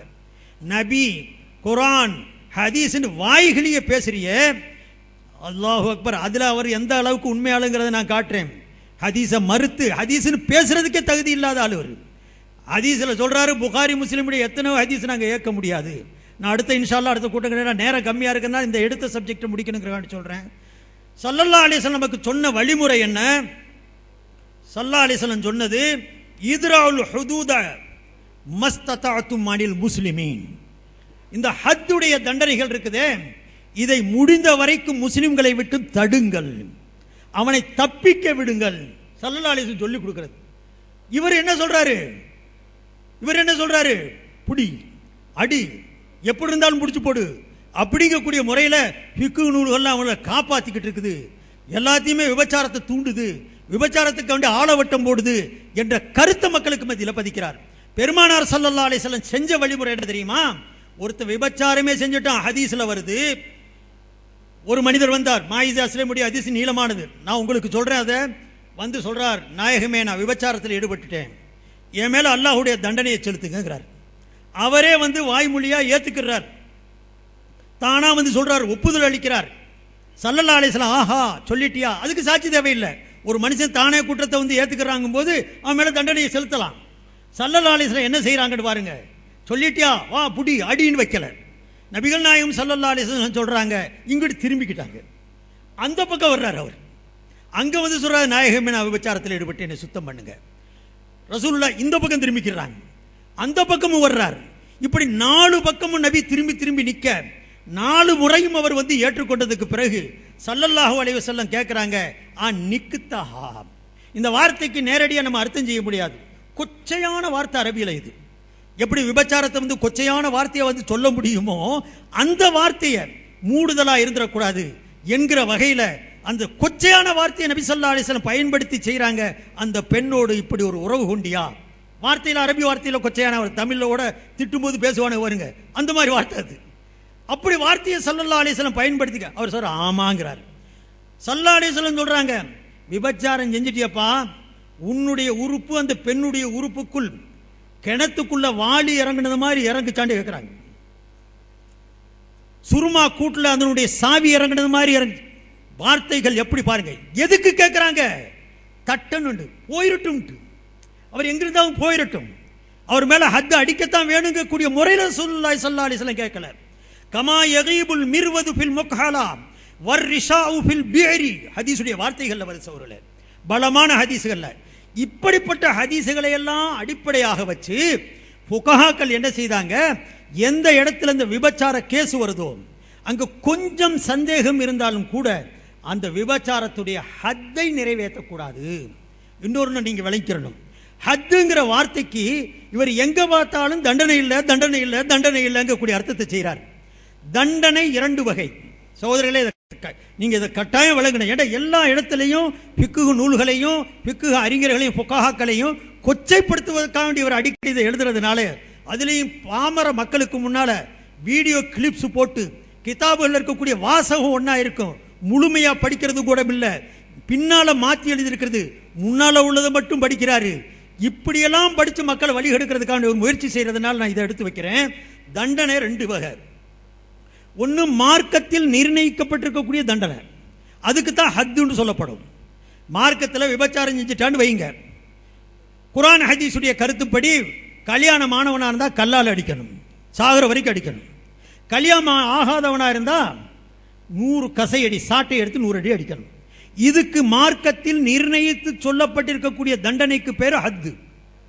இன்னொரு அதே மாதிரி ஒருத்தன் திருடிட்டான், என்ன செய்யணும்? திருடனுடைய கையை வெட்டணும். இது மார்க்கத்தில் நிர்ணயிக்கப்பட்டிருக்கக்கூடிய தண்டனை. இன்னொரு தண்டனை இருக்குது, அது மார்க்கத்துடைய நிர்ணயம் அல்ல, அரசாட்சி செய்யக்கூடிய அரசாளக்கூடிய அரசன் பயன்படுத்தக்கூடிய உரிமை. இது அவன் கொடுக்கக்கூடிய தண்டனை. அதனுடைய தண்டனை அவனுடைய கருத்துக்கு ஏற்ப இருக்கும். அது மார்க்கத்தில் நிர்ணயிக்கப்பட்டிருக்கக்கூடிய தண்டனையாக இருக்காது. இந்த கிரந்தங்களிலே உதாரணமாக என்னைய கூட விவாதத்தில் பேசும்போது ஒரு சொன்னார், சகோதரர்களே, ஒருத்தர் 2 பேர் சேர்ந்து திருட போனானா, அவர் சொல்றாரு பாருங்க, அவளை கேலியாக்கி மார்க்க நூல்களை முழுமையா சொல்லாம 2 பேர் போய் ஒரு மதில்ல கண்ணை வச்சான், ஓட்டான். ஒருத்தன் உள்ள போயிட்டான், அவன் உள்ள இருக்கக்கூடிய பொருள்லாம் தூக்கி ஓட்ட வழியா வீசுறான். இவன் வெளியே இருக்கிறவன் கேச்சு பிடிக்கிறான். உள்ள போனவன் வெளியே வெறுங்கையோட வெளியே வர்றான். வெளியே இருக்கிறவன் கையில் இருக்கிறத தூக்கிக்கிட்டு 2 பேரும் நடைய கட்டிட்டான். இப்படி கட்டிட்டா இவர்களுக்கு ஹத்து இல்லை, தண்டனை இல்லை. பிக்கு உள்ள இருக்குது மக்களுக்கு. இவர் சொல்றாரு, சைபுத்தி ரஷாதி வீட்டில் போய் ஒருத்தன் இப்படி திருடிட்டு வந்தா இவர் விட்டுருவாரான். என் வீட்டில் வந்து திருடினாண்டா, என் வீட்டில் திருடினான்னா உன் வீட்டில் திருடினா என்ன? நாங்கள் இங்கே கேள்வி கேட்கறத என்னன்னு சொன்னா, இந்த இடத்தில் திருடுறதுன்னு சொன்னா அவன் தூக்கிட்டு வந்திருக்கணும், அல்லது இவன் உள்ள நுழைஞ்சு எடுத்திருந்திருக்கணும். 2 பேருமே எவன் திருடங்கக்கூடிய விஷயத்தில் நிர்ணயிக்க முடியாததுனால 2 பேர் மேலேயும் குற்றம் இருக்குது. கையை வெட்டக்கூடாது. ஆனால் அரசாளக்கூடிய அரசன், நாடாளக்கூடியவன், ஊரு தலைவன், அவன் எதை நினைக்கிறானோ அதை தண்டனையாக அவனுக்கு வழங்க வேண்டும். கையை வெட்டும் என்ற தண்டனை இல்லை. அவன் நினைத்தால் தலையையே வெட்டலாம். அதற்கு பெயர் அரபியிலே தஅசீர் என்று சொல்லுவார்கள். இந்த சட்டத்திலே தஅசீருடைய வார்த்தையைத்தான் சொல்லப்பட்டிருக்கிறதே தவிர லா ஹத்த அலைஹிமா, அந்த 2 பேரின் மீது இஸ்லாத்தில் நிர்ணயிக்கப்பட்டக்கூடிய கைவெட்டக்கூடிய தண்டனை இல்லை. பல் யுஅஸ்ஸரானி, 2 பேருக்கும் அரசுடைய புறத்திலிருந்து, ஆட்சியாளருடைய புறத்திலிருந்து நிர்ணயிக்கப்படக்கூடிய தண்டனை எது வேண்டாலும் கொடுக்கலாம். தஅசீர் சொல்றாலே அதுதான். அரசன் நினைத்தால், ஊர் பெரியவன் நினைத்தால், ஜட்ஜ் நினைத்தால், பட்டேல் நினைத்தால், எந்த தண்டனை அவன் இவனுக்கு தகுதி என்று நினைப்பானோ அந்த தண்டனையெல்லாம் கொடுக்கலாம் என்பதைத்தான் அங்கே அர்த்தத்தில் சொல்லியிருக்கிறார்கள்.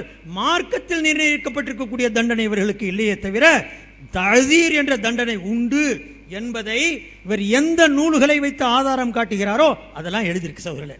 சுத்தமா எழுதுறாங்க. அல் ஃபர்கு பைனல் ஹத்தி வத் தஅசீர் அன்னல் ஹத்த முகத்தருன் வத் தஅசீர முஃபவ்வஸுன் இலா ரயில் இமாமி. தெளிவா எழுதுறாங்க. ஊர் தலைவனுக்கு வழங்கப்பட்டிருக்கக்கூடிய உரிமை தான் தஅசீர் என்ற தண்டனை. ஹத்து என்பது மார்க்கத்தில் நிர்ணயிக்கப்பட்டிருக்கக்கூடிய தண்டனை தான். இதை தெளிவாக எடுத்து எழுதிவிட்டு இந்த இடங்களிலே திருடாக இருந்தாலும் சரி, அல்லது இந்த விபச்சாரத்தில் சந்தேகம் ஏற்படும் விதத்திலே விபச்சாரம் நடந்து விட்டாலும் சரி, அதுக்கு ஹத்து என்ற இஸ்லாத்திலே நிர்ணயிக்கப்பட்ட தண்டனை இல்லை. இதை கூடிய நூல்கள் சொல்லுது. இப்போ ஒருவன் ஊம பெண்ணோட விபச்சாரம் செய்யறான். நான் விஷயத்துக்கு வர்றேன். ஊம பெண்ணோட விபச்சாரம் செஞ்சதுக்கு பிறகு 2 பேருமே ஒத்து அவன் வாக்குமூலம் கொடுத்தா தான் அந்த இடத்துல அவன் மேல ஹத் அடிக்க முடியும். ஊமை பெண் வாய் திறந்து பேச முடியாது. அவை சமிக்கையால் தான் எதையாவது சொல்ல முடியும். வாய் திறந்து பேசுவாளே ஆனால் வேறு எதையாவது சொல்லி ஹத்து இல்லாமல் இருப்பதற்கும் இடம் இருக்கிறது, ஹத்து இல்லாமல் போகிறதுக்கும் வாய்ப்பு இருக்கிறது. ஆகையினால் அந்த அவள் மேலு எப்பொழுது ஹத்து இல்லை என்று ஆகிறதோ, உதாரணத்துக்கு சொல்றேன், இவன் என் புருஷன் சொல்லிட்டான்னு வைங்க, ஹத்து இருக்காது.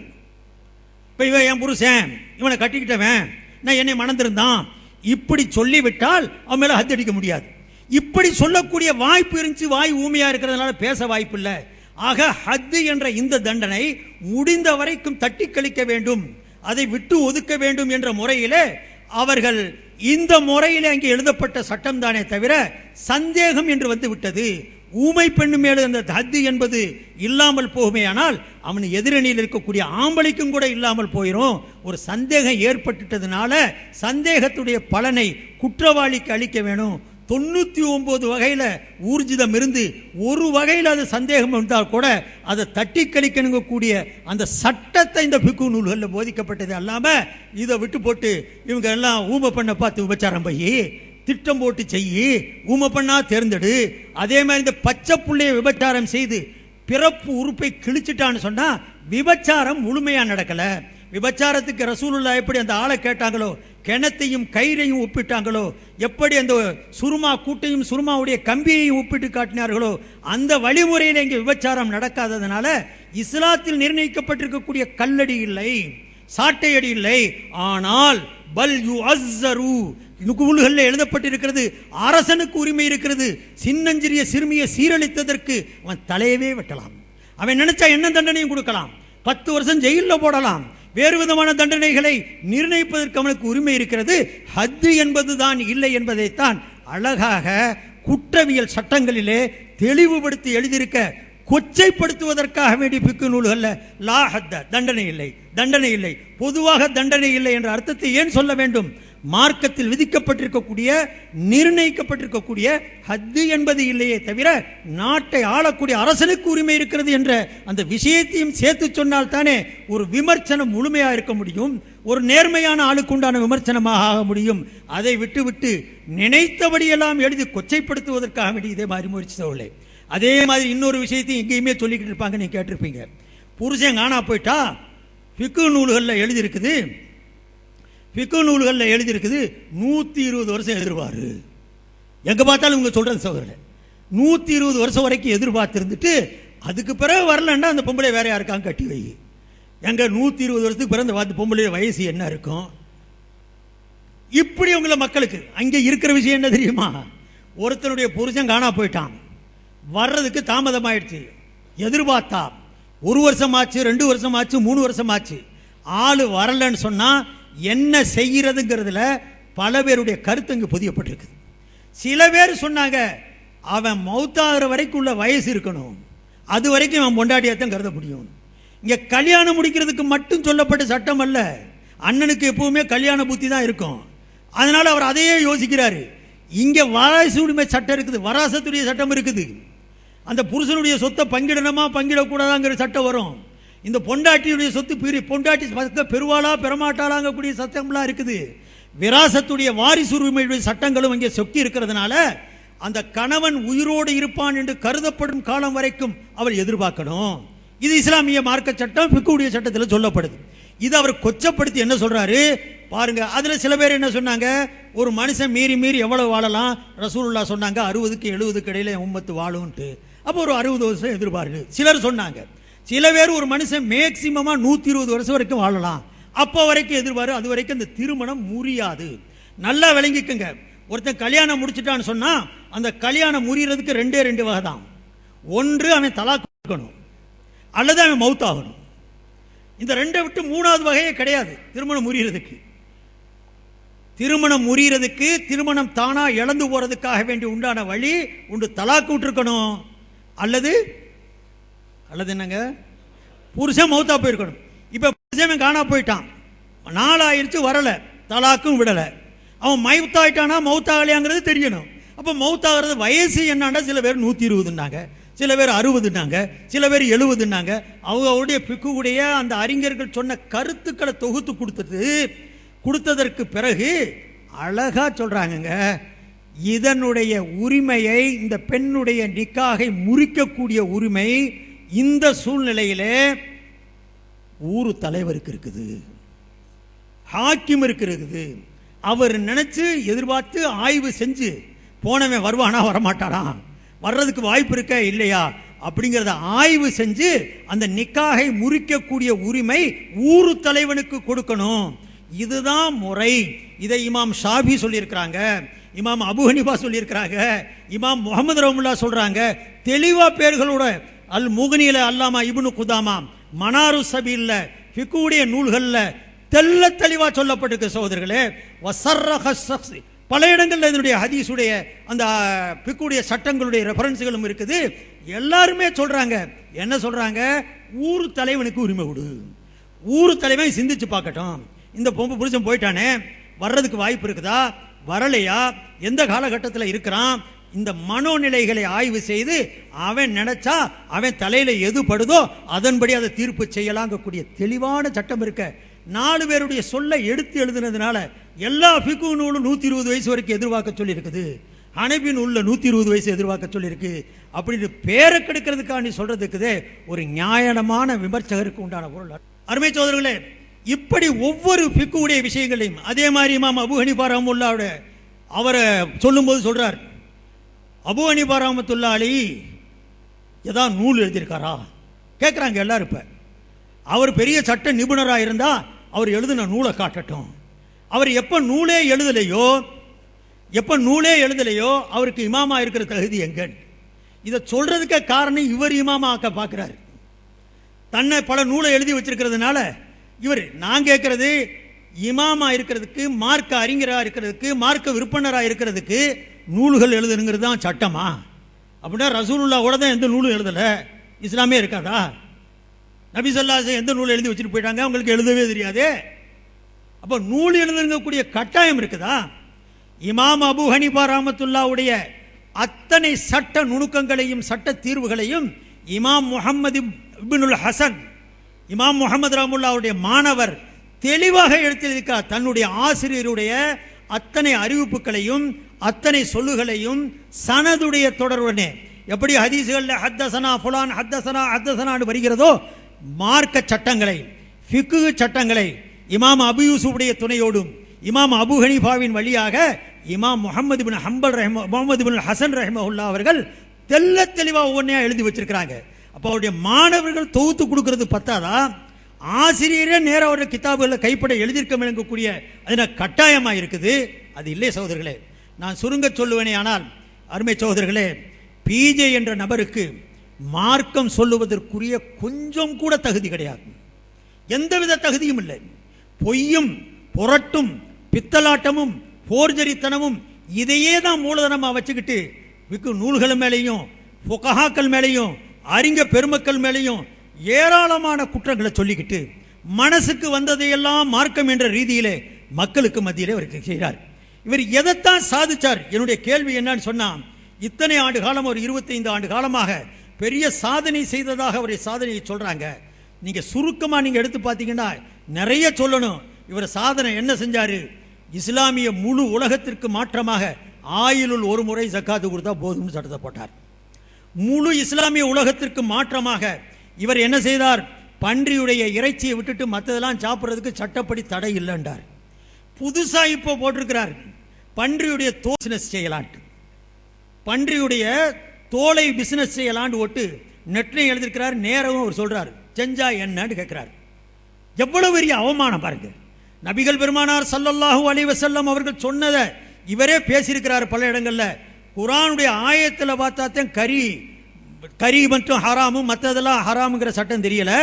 ஹதீஸ பார்த்தோம்னா பன்றியுடைய எல்லா உறுப்புகளும் ஹராம்ங்கிறது தெரியுது அப்படின்னு சொல்லி இவரே பேசிட்டு இப்ப புதுசா எந்த பன்றி தோல் கம்பெனிக்காரன் அணுகாரோ என்னமோ தெரியல, இவருக்கு என்ன கமிஷன் பேசினானோ என்னமோ அதுவும் தெரியல. புதுசா ஒரு சட்டத்தை போட்டு என்ன சொல்றாரு? பன்றியுடைய தோல் அது பாடமிடப்படுமே ஆனால் அது நிச்சயமா அது சுத்தமாயிடுச்சு, அதை விற்பனை செய்யலாம்.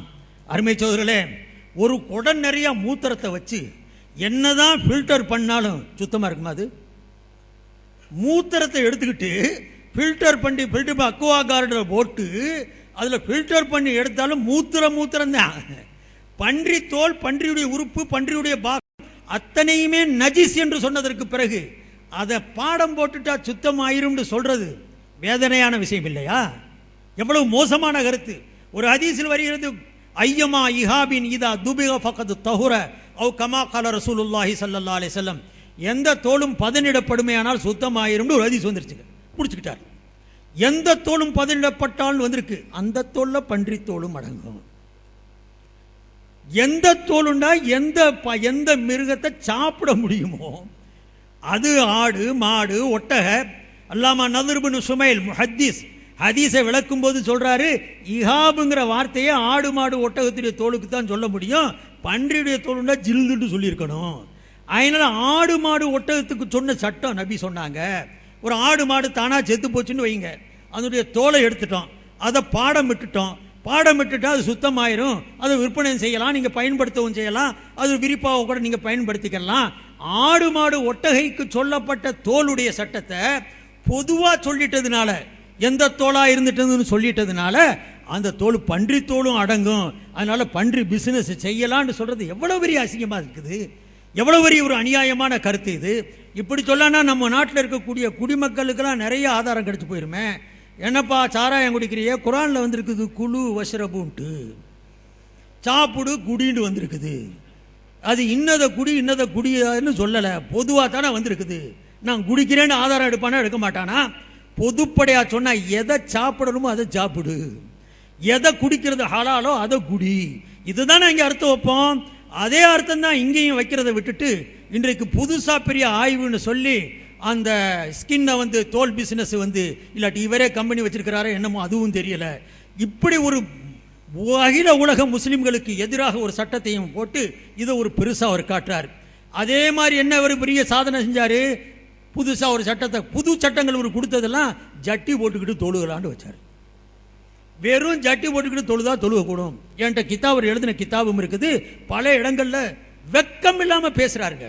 அதை போட பெரிய அவமானம் என்னன்னு சொன்னா, சஹாபாக்களை பத்தி இப்படிலாம் அவங்க வெறும் ஜட்டி போட்டு தொழுதாங்கன்னு எழுதியிருக்கிறார். ஜட்டியும் இடுப்பு வரைக்கும் இருக்கக்கூடிய சட்டையை போட்டு சஹாபாக்கள் தொழுது வந்தார்கள். புகாரில ஹதீஸ் இருக்குன்னு எழுதுறாரு. புகாரில என்ன ஹதீஸ் இருக்கு தெரியுமா?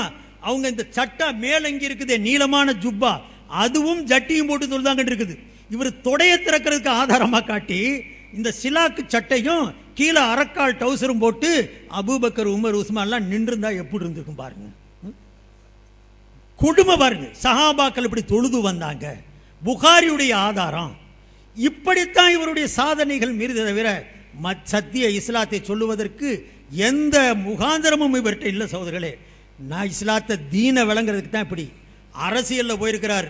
சகோதரர்கள் குறிப்பிடும் போதோட சொன்னார், 10% கொடுத்தா நரேந்திர மோடி கூட சேர்றதுக்கு ஒரு சமயமாக இருக்கார். முஸ்லீம்களுக்கு 10% கொடுக்கணுமா? இவர் எந்த முஸ்லீமுக்கு கொடுப்பாரு நான் கேட்குறேன். உங்களையும் நம்மளையும் ஒரு முஸ்லீம்டே ஏற்றுக்கிறலையே, அப்போ 10% யாருக்கு கேட்குறாரு? அதை விளங்க முடியுது. இப்படி ஏடா கூடமா எப்படி இன்னைக்கு வந்து இவர் குர்ஆனையும் ஹதீஸையும் ஆய்வு செய்வதற்கு சொல்லுவதற்கு எந்த தகுதியும் இல்லையோ, அதே மாதிரி சகோதரர்களே அரசியலுக்கு கூட சுத்தமா தகுதியற்றவர் தான் இவர். ஒரு மார்க்க அறிஞர் இருக்கிறாரு, அது மார்க்கத்தை விளங்கிய இமாமை போன்று தன்னை விமர்சிக்கிறாரு. அவர் ஒரு காரியத்தை செய்கிறாரு, அரசியலே ஈடுபடுறாருன்னா கை சுத்தமா இருக்கணுமா இல்லையா? விவாத நேரத்தில் சொல்றாரு, நான் 30 ஆண்டு காலங்களாக பொது வாழ்க்கையில் ஈடுபட்டிருக்கிறேன், ஒரு கையில் எந்த கரமும் எந்த குறையும் படாத, எந்த ஒரு குறைபடாத கரம், இது கரைபடாத கரம் அப்படின்னா தன்னை ஓஹோன்னு தூக்கினார். ஆனா இதே நபர் என்ன செஞ்சிருக்கிறார் தெரியுமா? உங்களுக்கு அல்லாஹு அக்பர், அல்லாஹ் அங்கங்கே வெளிப்படுத்தி காட்டுறான், ஒவ்வொன்றையும் வெளிப்படுத்தி காட்டுறான். ஒரு இடத்துல அவர் சொல்றாரு, சகோதரர்களே நாங்கள்லாம் ஊழல் செஞ்சவங்க தாங்கிறாரு. நாங்கெல்லாம் ஊழல் செய்யாம அரசியல் நடத்த முடியாது. அப்ப நீ ஊழல் பண்ணாட்டி அரசியல் இருக்க முடியாது. அதான் எங்களுக்கு நல்லா தெரியும். நாங்க யாரும் பண்ணலன்னு சொல்ல மாட்டோம். தாமுக பொறுத்த வரைக்கும் யாரும் பண்ணலன்னு சொல்ல மாட்டோம். தேனை எடுத்தா புறங்க எனக்குவான், அளவு கொஞ்சம் கூட குறைய இருக்கும், அப்படித்தான் போய் பார்க்கணுமே தவிர நான் ஊழல பஞ்சாயத்து போர்டுல தேர்ந்தெடுத்த ஒரு வார்டு மெம்பர் பண்றான், ஒரு எம்எல்ஏ பண்ண மாட்டானா? பாத்தீங்களா? இவர் அரசியல்வாதி, இஸ்லாத்தை பேர சொல்லி அரசியல் நடத்துறவர். இந்த கதியில இருந்துகிட்டே நான் செஞ்சங்கிறிய, உன்னை மினிஸ்டர் ஆக்குனா என்ன செய்வப்பா? சீஃப் மினிஸ்டர் ஆக்குனா நாங்களாம் செத்து மடிஞ்சோம், என்ன மாதிரியா செய்வா பாருங்க. இப்படி ஊழலுக்கு நாங்க செஞ்சோன்னு கூட கொஞ்சம் கூட வெக்கம் இல்லாம மறைக்காம ஜனங்கள்கிட்ட ஓப்பனா சொல்லி, நாங்கள்லாம் அதை சொல்ல தேன் எடுத்துவேன் நக்கத்தேன் செய்ய வேண்டாம், நீ எவ்வளவு நக்குன சொல்லணுமா இல்லையா? அத்தனையும் கக்கணும். இப்ப நக்குனதெல்லாம் காட்டப்ப கணக்கு கொண்டு வா. எத்தனை இடங்கள்ல நீ இப்படி பணம் சேர்த்திருக்கிற? அப்ப நீ எப்படியோ தனியா அரசியல்வாதின்னு போய் தொலைஞ்சிருக்கலாம். நீ மார்க்கம் சொல்ல வந்த அரசியல்வாதின்னு நீ உன்னை ஏன் பிரகடனப்படுத்துற? எத்தனை இளைஞர்களுடைய உள்ளத்தை நீ கெடுத்து வச்சிருக்கிற? அப்ப நீ என்ன புனிதத்துவம் இருக்குது? கரைபடாத கரத்துக்கு சொந்தக்காரன் நான் பொது வாழ்க்கையில் சொன்னிய எந்த நாவால சொன்ன? நீ இவ்வளவு ஓப்பனா நீ உன்னைய பத்தி நாங்க செஞ்சதான் இருக்கதான் செய்யத்தான் செய்வோம். எந்த அரசியல்வாதியும் செய்யாம இருக்கிறது இல்ல. கவுன்சிலராக இருக்கிறவனே செய்யறான், ஒரு பஞ்சாயத்து போர்டு தலைவராக இருக்கிறவனே செய்யறான். இதெல்லாம் ஆதாரமா உனக்கு? பஞ்சாயத்து போர்டு தலைவராக இருக்கிறவன் செஞ்சானா நீ செஞ்சிருவியா? எம்எல்ஏ செஞ்சானா நீ செய்வியா? அப்போ உனக்கு மற்றவனுக்கு என்ன வித்தியாசம்? நீ என்ன புனிதமான அரசியலை தான் மக்களுக்கு கொடுக்க போற? எந்த 10% வாங்க பாக்குற? நீ எதை கொண்டு போய் எங்க கொக்கி போடுற? அருமை சகோதரர்களே, இப்படிப்பட்ட நபர் அல்லாஹுடைய கிருபையில அல்ஹம்துலில்லாஹ் இவ்வளவு ஒரு திரளாக இளைஞர்கள் இருந்து ஒரு பேச்சை கேட்கணும்னு நீங்க வந்திருக்கிறது ஒரு மாற்றம் நல்லா தெரியுது. இந்த ஏற்பாடு செய்தவங்களுக்கு எல்லாம் நல்ல கூலியை தரணும். இதனுடைய முயற்சி மென்மேலும் நடக்கணும். பாவப்பட்ட மக்கள் இவர்களை புண்ணியவான்களாக நினைத்து இந்த சேற்றிலே சிக்கிய இந்த மக்களை காப்பாற்றுவதும் நம்ம மீது கடமை இருக்கிற காரணத்தினால் இந்த விஷயங்கள் உங்களுக்கு முன்னால் எடுத்து வைக்கப்பட்டது அல்லாமல் தனிப்பட்ட முறையில் அவருக்கும் எனக்கு என்ன மனஸ்தாபம் இருக்கிறது? எனக்கு மாமானா மச்சனா, அவருக்கு எனக்கு சொந்தமா பந்தமா, சொத்து சண்டையா, ஏதாவது கொடுக்கல் வாங்கல் பிரச்சனையா? எதுவுமே இல்லை. மார்க்க விஷயத்தில் கொஞ்சமும் கூச்சப்படாமல் வெட்கப்படாமல் மானம் என்பதை கலட்டி எடுத்துவிட்டு தெள்ள தெளிவா பொய்யையும் புரட்டையும் வீசி கடைசியில் ஊழலையும் நான் செய்வேன், செய்யத்தான் செய்வேன் என்று தெனாவட்டாக திமிராக கூறக்கூடிய ஒரு நபர் மார்க்கம் சொல்வதற்கு எந்த தகுதியும் வைக்கவில்லை என்பதை எடுத்து வைத்து எல்லாம் வல்ல அல்லாஹ் அனைத்து மக்களுக்கும் சத்திய இஸ்லாத்தை சரியாக உணர்ந்து சீரான வழியில் வருவதற்குண்டான வாய்ப்பை தந்தல் புரிவானாக. ஆமீன். வாஹிரு தாவானா அல்ஹம்துலில்லாஹி ரப்பில் ஆலமீன். அஸ்ஸலாமு அலைக்கும் வரஹ்மத்துல்லாஹி தஆலா வபரகாத்து. இப்போ நன்றியுரை அல்ஹம்துலில்லாஹ் சமீஉல்லா அவர்கள் உரையாற்றுவார்கள். அஸ்ஸலாமு அலைக்கும் வரஹ்மத்துல்லாஹி தஆலா வபரகாத்துஹ். அல்ஹம்துலில்லாஹி ரப்பில் ஆலமீன் வஸ்ஸலாத்து வஸ்ஸலாமு அலா ரஹ்மத்தில்லாஹி லில் ஆலமீன். அம்மா பஅத். சத்தியத்தை நோக்கி அல்லாஹும் அவனுடைய ரசூலும் எந்த விஷயங்களை நமக்கு ஷரியத்தாக வடித்துக் கொடுத்தார்களோ அந்த விஷயத்திலிருந்து சிறிதும் மாறுபடாமல் சமுதாயம் நிலைத்து நிற்க வேண்டும் என்ற காரணத்திற்காக கூட்டப்பட்டிருக்கின்ற இந்த மாநாட்டில் கலந்து கொள்ளக்கூடிய பெரும் பாக்கியத்தை அல்லாஹ் நம் அனைவருக்கும் வழங்கினான். அனைத்து புகழும் எல்லா நன்றிகளும் அவனுக்கே உரித்தானது.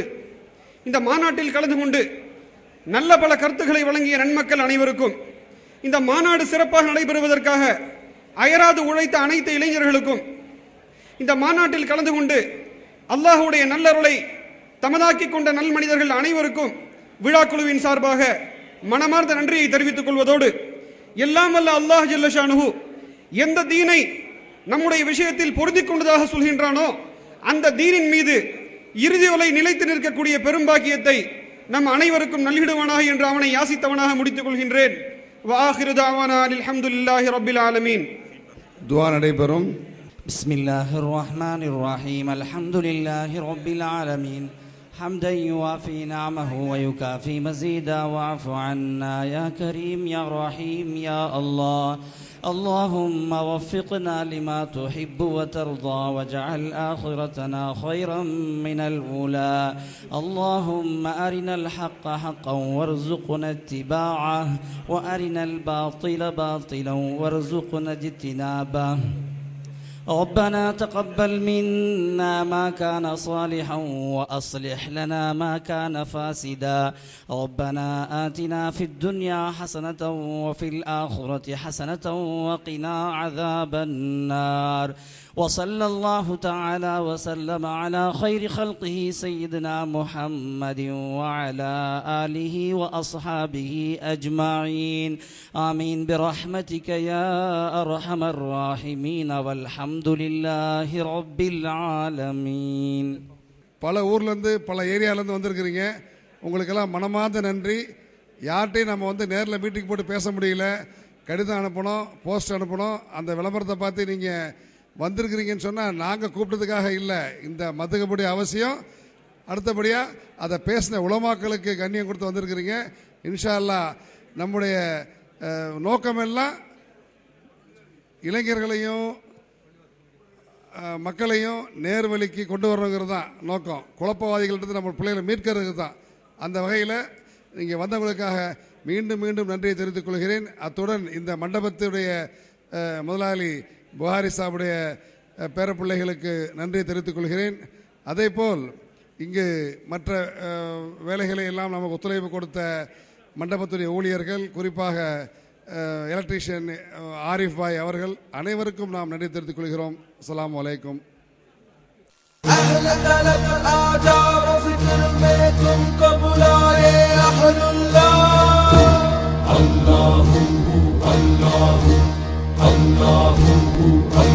जिक्र से बढ़ के नहीं है अमल, कोई है फरमान रसूल अल्लाह।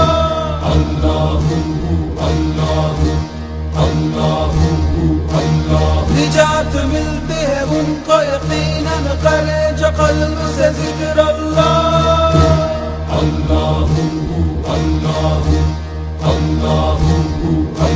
ذکر سے سر کٹتا ہے نفس کا بے شک ذکر ہے سیف اللہ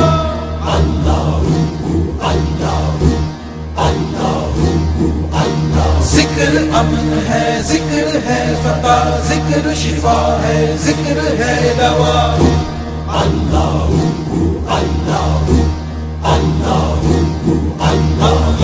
باقی من کل فان اور فنا ہے سب و بقا باللہ حسبی ربی جل اللہ ما فی قلبی غیر اللہ نور محمد صلی اللہ حق لا الہ الا اللہ اللہ اللہ اللہ اللہ حسبی ربی جل اللہ ما فی قلبی غیر اللہ نور محمد صلی اللہ حق لا الہ الا اللہ حسبی ربی جل اللہ ما فی قلبی غیر اللہ اہل طلب آجاب ذکر میں تم کو بلائے اہل اللہ اللہ اللہ اللہ اللہ ذکر سے بڑھ کے نہیں ہے عمل کوئی ہے فرمان رسول اللہ اللہ اللہ اللہ اللہ نجات ملتی ہے ان کو یقیناً کرے جو قلب سے ذکر اللہ اللہ اللہ اللہ اللہ ذکر سے سر کٹتا ہے نفس کا بے شک ذکر ہے سیف اللہ اللہ اللہ اللہ اللہ ذکر امن ہے ذکر ہے فتح ذکر شفا